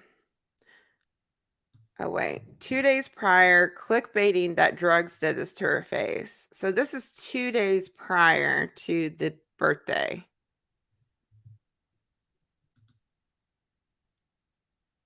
I haven't watched this. It's my birthday week. It's May 6th today. May 6th. In a while. Something I can listen to that. And yeah, I'm like 2 days out from being 31. If you're squeamish, that's your warning. I literally massacred my face. Oh my god, you know how I said I was gonna leave that one alone? It was multiples. Oh my god, it was being crazy. I just look like I'm literally on meth right now. One of the same medication. And I wonder if that's also kind of causing this outbreak. The whole crashing the car thing, that may not have never happened. It was a story. Wow. So she clickbaited her face being messed up from drugs 2 days prior to her birthday party. And it was just her picking her face. Man, she's unbelievable, man. She's just such a liar. I just can't deal. There's so many lies about. Yes, that's what I was going to say. She lies about everything. It's ridiculous. Oh my gosh. Okay, I'm going to read a few comments and then I'm definitely going to hop off here because I'm getting tired. It's like midnight. There were some super chats that came through that I want to make sure I had.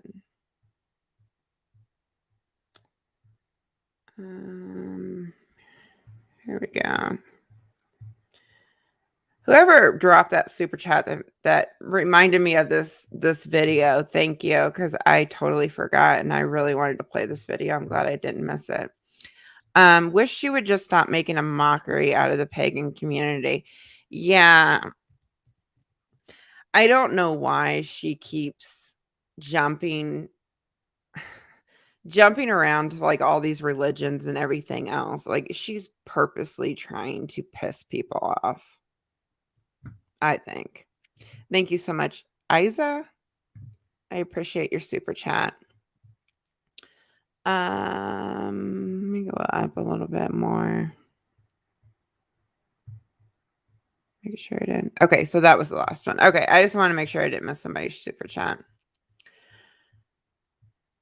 All right. Someone made a good point in the chat. She would be so much skinnier and have no appetite for the mukbangs if she was on meth or something hard like that. That's true. That's true. Because you don't really eat on that, do you? Good point. Thank you so much, Veronica. Beth says, new sub here. Love your channel. Trish posted a TikTok of her and Moses at the doctor's office trying to get outside help to conceive. Yes, I saw that. Thank you so much for subscribing to my channel, Beth. Yes, I saw that. I mean, honestly, I don't think, I know everybody has mixed feelings about what she's doing with, you know, fertility and everything else. It's just, I don't know. I just don't, I get everybody's concerns given that she is very abusive and everything else. I really understand that. It's just something that nobody can control. And, you know, if they're going to have a kid, they're going to have a kid. And I hope that maybe it will change her for the better because motherhood does change your life in the most amazing ways, but there's just some people that just don't want to be parents too. So I really, really hope that it goes well. If they do have children, I just hope everything's going to be good with it. That's kind of all I got to say about that. But yes, I saw that she's doing that and she's already uploading videos on it and everything else. And I just hope she doesn't exploit that child online. That would be my only other thing. And thank you so much, Beth, for your super chat. Someone needs to interview Adam, former glam guy. You know, one thing I was thinking about, you guys, is like Trisha exposes so many people online like all the time, and there is rarely somebody responding to her. And I got to thinking about it. It's like I almost wonder if she has people sign NDAs, like if they're close to her and that sort of thing. I almost wonder if she has these people sign NDAs so that they can't talk about it or they can't expose her. Because it's kind of weird, like giving how many like bridges she has burned and how many people she has literally pissed off, that there is not very many videos of people talking against her. It's just something that I thought about, and it's just interesting, you know? And thank you so much, Labyrinth. Tyler says sluggish cognitive tempo disorder, reverse ADHD. It's a new disorder when you're dependent on opioids and where pain pills give you the energy, but meth. I gotcha. It's a new disorder when you're dependent on opioids. Give you energy, but meth. That's interesting. Thank you so much, Tyler. Let's see if there's anything else. Any other chats? Chats. This has been a long stream.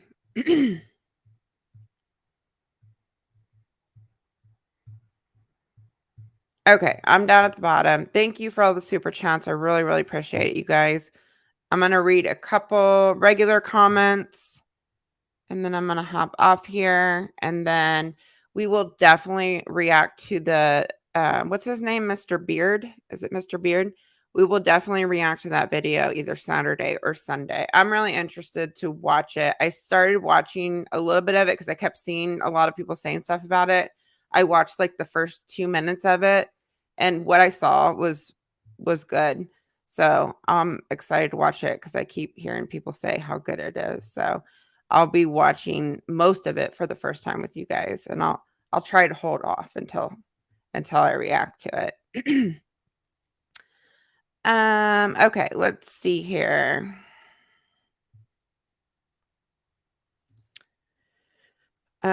Krista says Trisha stated in one video that she hasn't used since the night of Jason's incident, and then in another video she said that she was using in July of 2020 when she was with Moses, huh? Yeah, she constantly contradicts herself about when she's been using. I've noticed that too. She did that a lot on Frenemies. She would say that she's totally sober, but then like in another episode, she would say that she like popped a Xanax and used to have a really bad Xanny problem. I think she even told a story where she took a whole bottle of a Xanax and had to be rushed to the hospital for an overdose. I remember her talking about that on Frenemies too.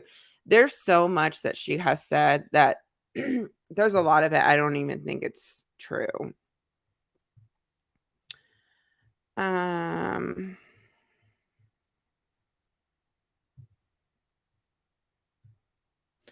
Trisha would only have a kid to try to be like the Ace family, I fear.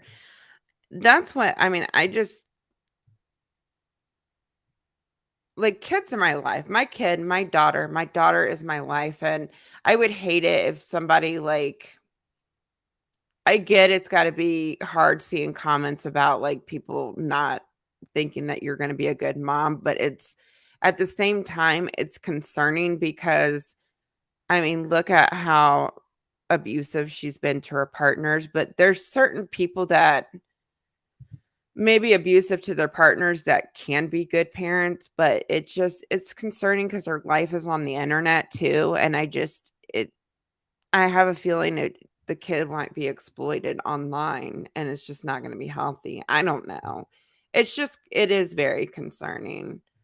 But I'm not going to like continuously talk about it or anything else. If she wants to go through everything she's going to go through to get pregnant, I mean, that's her business. I really, really hope that it changes her for the better. That's what I got to say about it. I hope it changes her for the better and doesn't set her into a spiral. I honestly think that she needs to get proper help before even thinking about having any kids, but that's just my opinion. You got to be mentally sound to have a child. It's a lot, especially a newborn, and especially going through pregnancy. It's a lot. It's a lot on your body. It's a lot on your hormones. I mean, you can, after you have a baby, you can go into postpartum depression. There's just a lot of things to consider. And if you're really that mentally ill as you portray online, it's just, I don't know. It's concerning.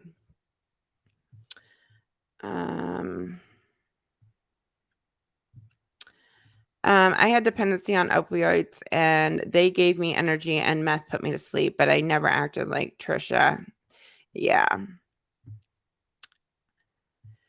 Yeah, that's what I've heard. So meth put you to sleep. I thought meth gave you energy. I guess drugs affect people in very different ways. Like, I've tried different, like, I've experimented with different drugs, like, when I was really young. And, like, I remember, like, smoking pot, and it always made me, like, really, really sick. Like, it made me sick. Everybody would get so hungry on it. It made me sick, and I never cared for it at all. So drugs do affect different people in different ways.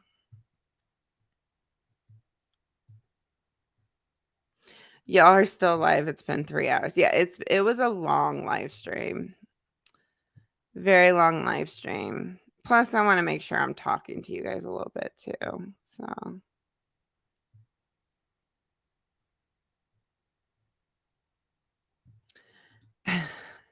Danny says, countdown a petty page to running to Trisha's aid to make excuses for her. I wonder what she will say now to all the proof Porky Potter is striking videos and practically everyone payroll the house. Thank you so much, Danny. One thing I will say, I saw a couple tweets from Paige. The first thing I'm going to say, the first thing I'm going to say,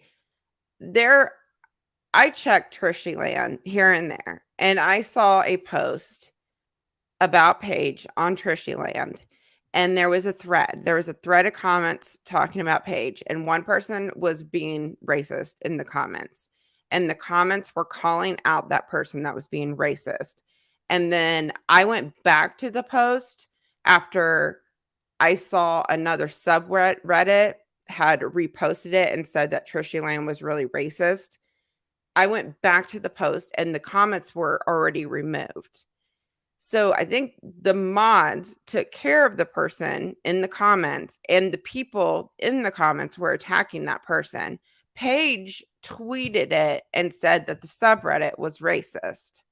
Anybody can post on a subreddit, and I think it's really messed up to twist these things online like that when you don't have the proof to back it up. Anybody can post on a subreddit. Anybody can post on a subreddit.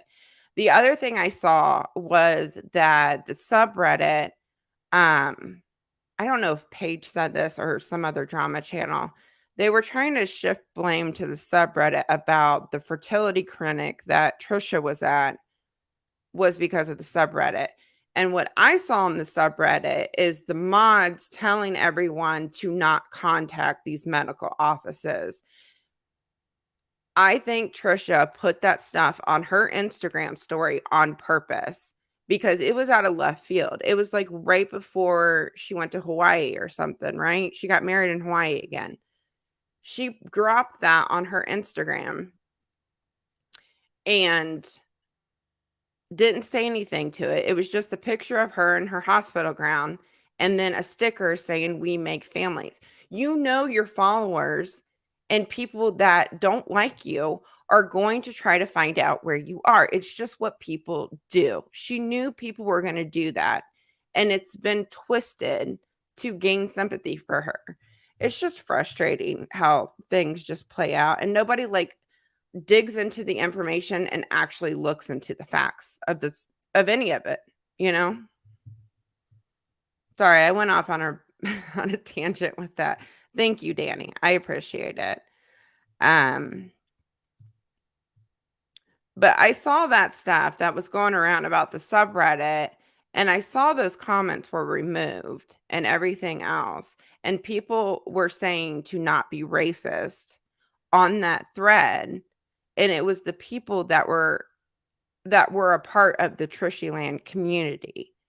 Anybody can comment on a subreddit. It's just frustrating how people spend things like that.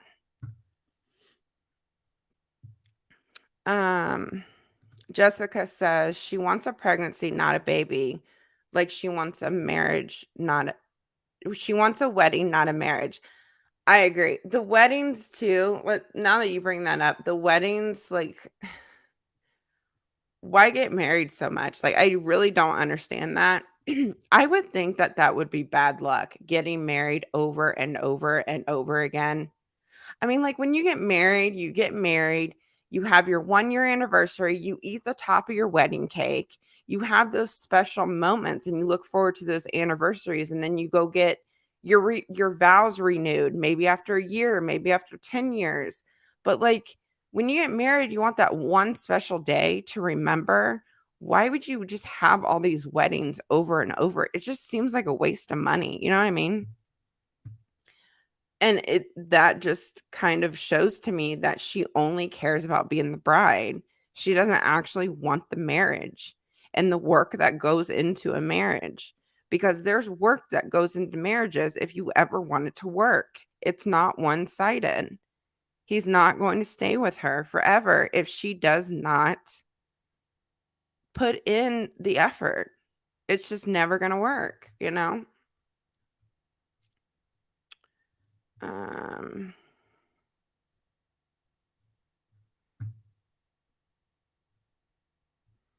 going to go down to the bottom.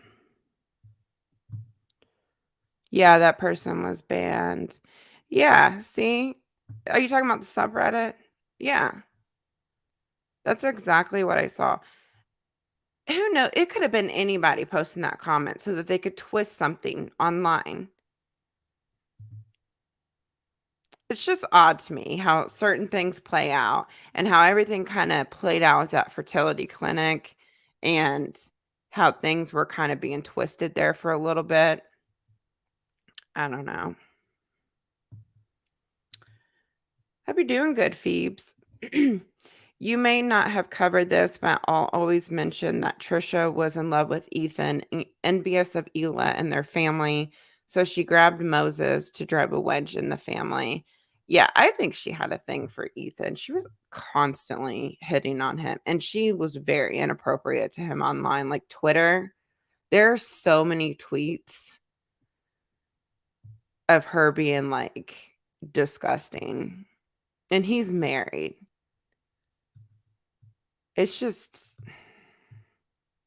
and I think she is jealous of Ela for sure. For sure. Trisha did the same thing with the H3 sub. It doesn't surprise me. It doesn't surprise me. Samantha, please read my super chat. Was that the one I just read, Jessica? Hold on. Let me make sure I read it. Yeah. Yeah. I don't know. I think for the first part of your comment, I think she wants a child. I know, like, in her, I know there's tweets and stuff of her saying she never wants children. She doesn't want children. And she doesn't like animals. I know there's some clips of her saying that she wouldn't want children. But I don't know. Trisha just seems like a all about family person, and she wants that family unit, and she wants, I don't know. I almost think she wants to build something that she didn't have in her childhood. She wants both parents at home, and she wants to have her kids. I don't know. It's just something about it and how she is with her family and how she does seem very like a family person. I don't know. I think she does want kids, but I don't know if she can handle the responsibility of it. And I don't think she would be a happy pregnant person, to be honest. But I think it would be documented online for sure. Let me go back down in the chat.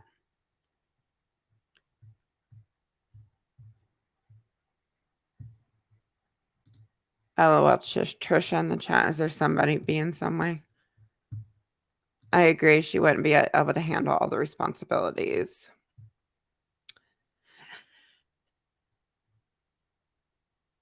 The way she,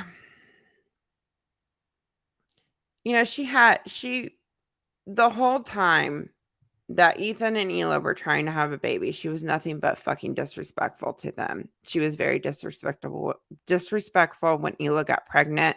She made the happiest point. I've said this before on my channel multiple times. When you find out that you're expecting a child and, it's something that you're trying for, or it's a surprise, whatever.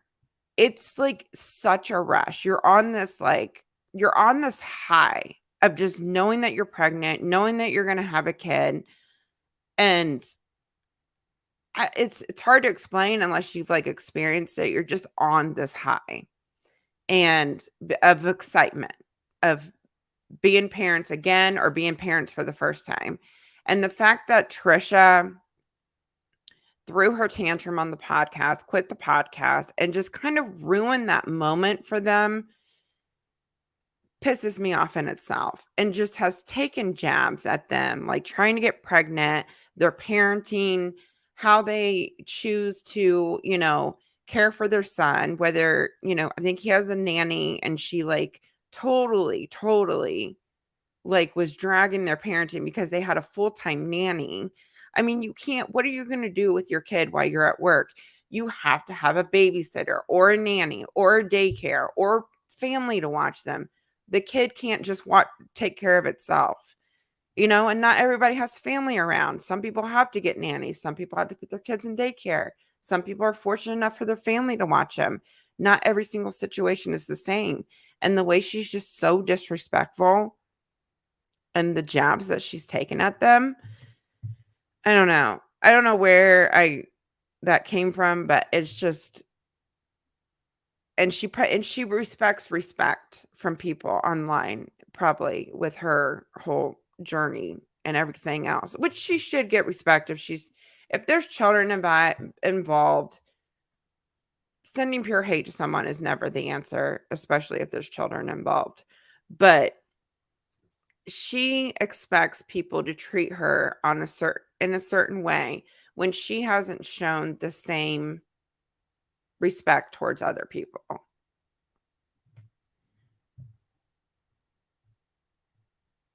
That's why I think she just needs to be offline, taking a break. If she wants to have a family, then take a break and focus on the family. You know what I mean?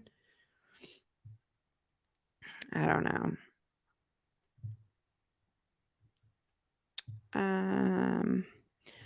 When Trisha was mad, yeah, she was mad that they put Hila's pregnancy in the title. I remember that. She was mad that Ethan said pregnancy announcement on Frenemies. And she twisted it into people thought that Trish would think that Trisha was pregnant. But H3 just announced on their podcast that they were pregnant. So everybody knew that title was about Hila and Ethan. She just didn't want to talk about it on the podcast because she can't be happy for other people, All right, a few more comments, then I'm going to jump off here, you guys. I'm getting really tired. It's the best feeling ever. Yes, she was just jealous and she made Hila's pregnancy so stressful. Yeah. I remember when I found out I was pregnant, I was just so happy. I was grinning from ear to ear. I just you're daydreaming. It's just there's so much stuff that's going on in your head when you find out that you're pregnant. You daydream about what's going to happen when he or she actually comes. There was just so much that was running through my mind when I found out I was pregnant with my daughter. because I wasn't even planning to get pregnant and it was a surprise. And I was just so like happy and excited and like scared at the same time because it wasn't planned. But it's just this high that's unexplainable, you know?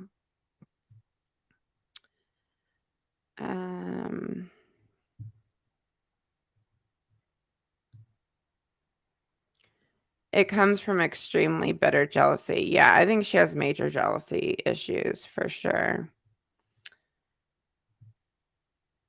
She tried twice to be a mother to 2 precious fur babies and she couldn't do it. How does she think having a kid would be easier? Yeah, that's kind of concerning that she can't even take care of a puppy.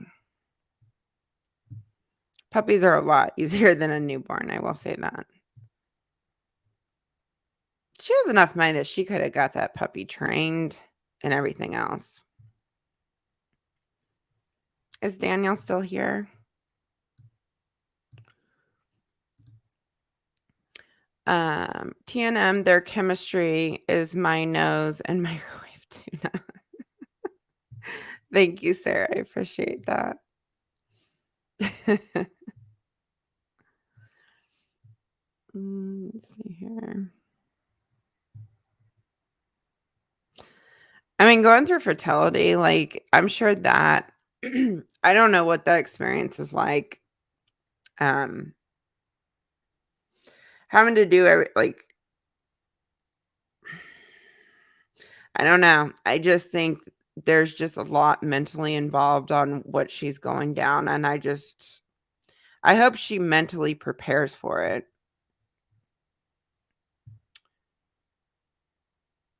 People who never take accountability are toxic and disgusting. Yeah. She just never properly takes accountability for anything. There's excuses everywhere. Hey, tea sipping, how are you?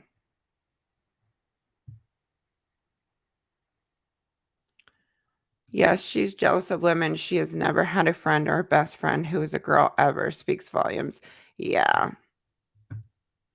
I'm actually shocked that her and her sister get along so well. Or they portray that they get along really well. It's just kind of surprising. I mean, in Trisha's book, she said that she was like heavily, like very jealous of her sister because she was like the baby. It's just kind of surprising that they get along. But it's probably because Callie will cater to, like, her whole family almost caters to her every need right now, especially Lena and Callie.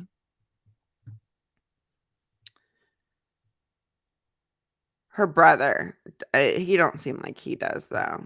He has his own life outside of her, and I'm sure that probably was something once upon a time. Veronica says maybe she wants a child so bad with Moses so he will never leave. I'm not too educated in his culture, but I know most don't believe in divorce. He's been married twice and divorced twice, so and I don't think he practices like his, like, especially like being Jewish, like he doesn't really practice it. He's like forced to practice it with Trisha because she's makes him, but he doesn't really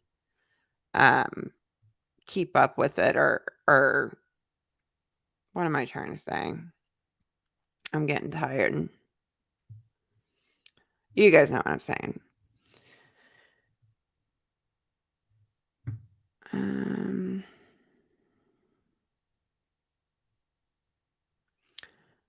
Has Ela had her baby yet? Does anybody know?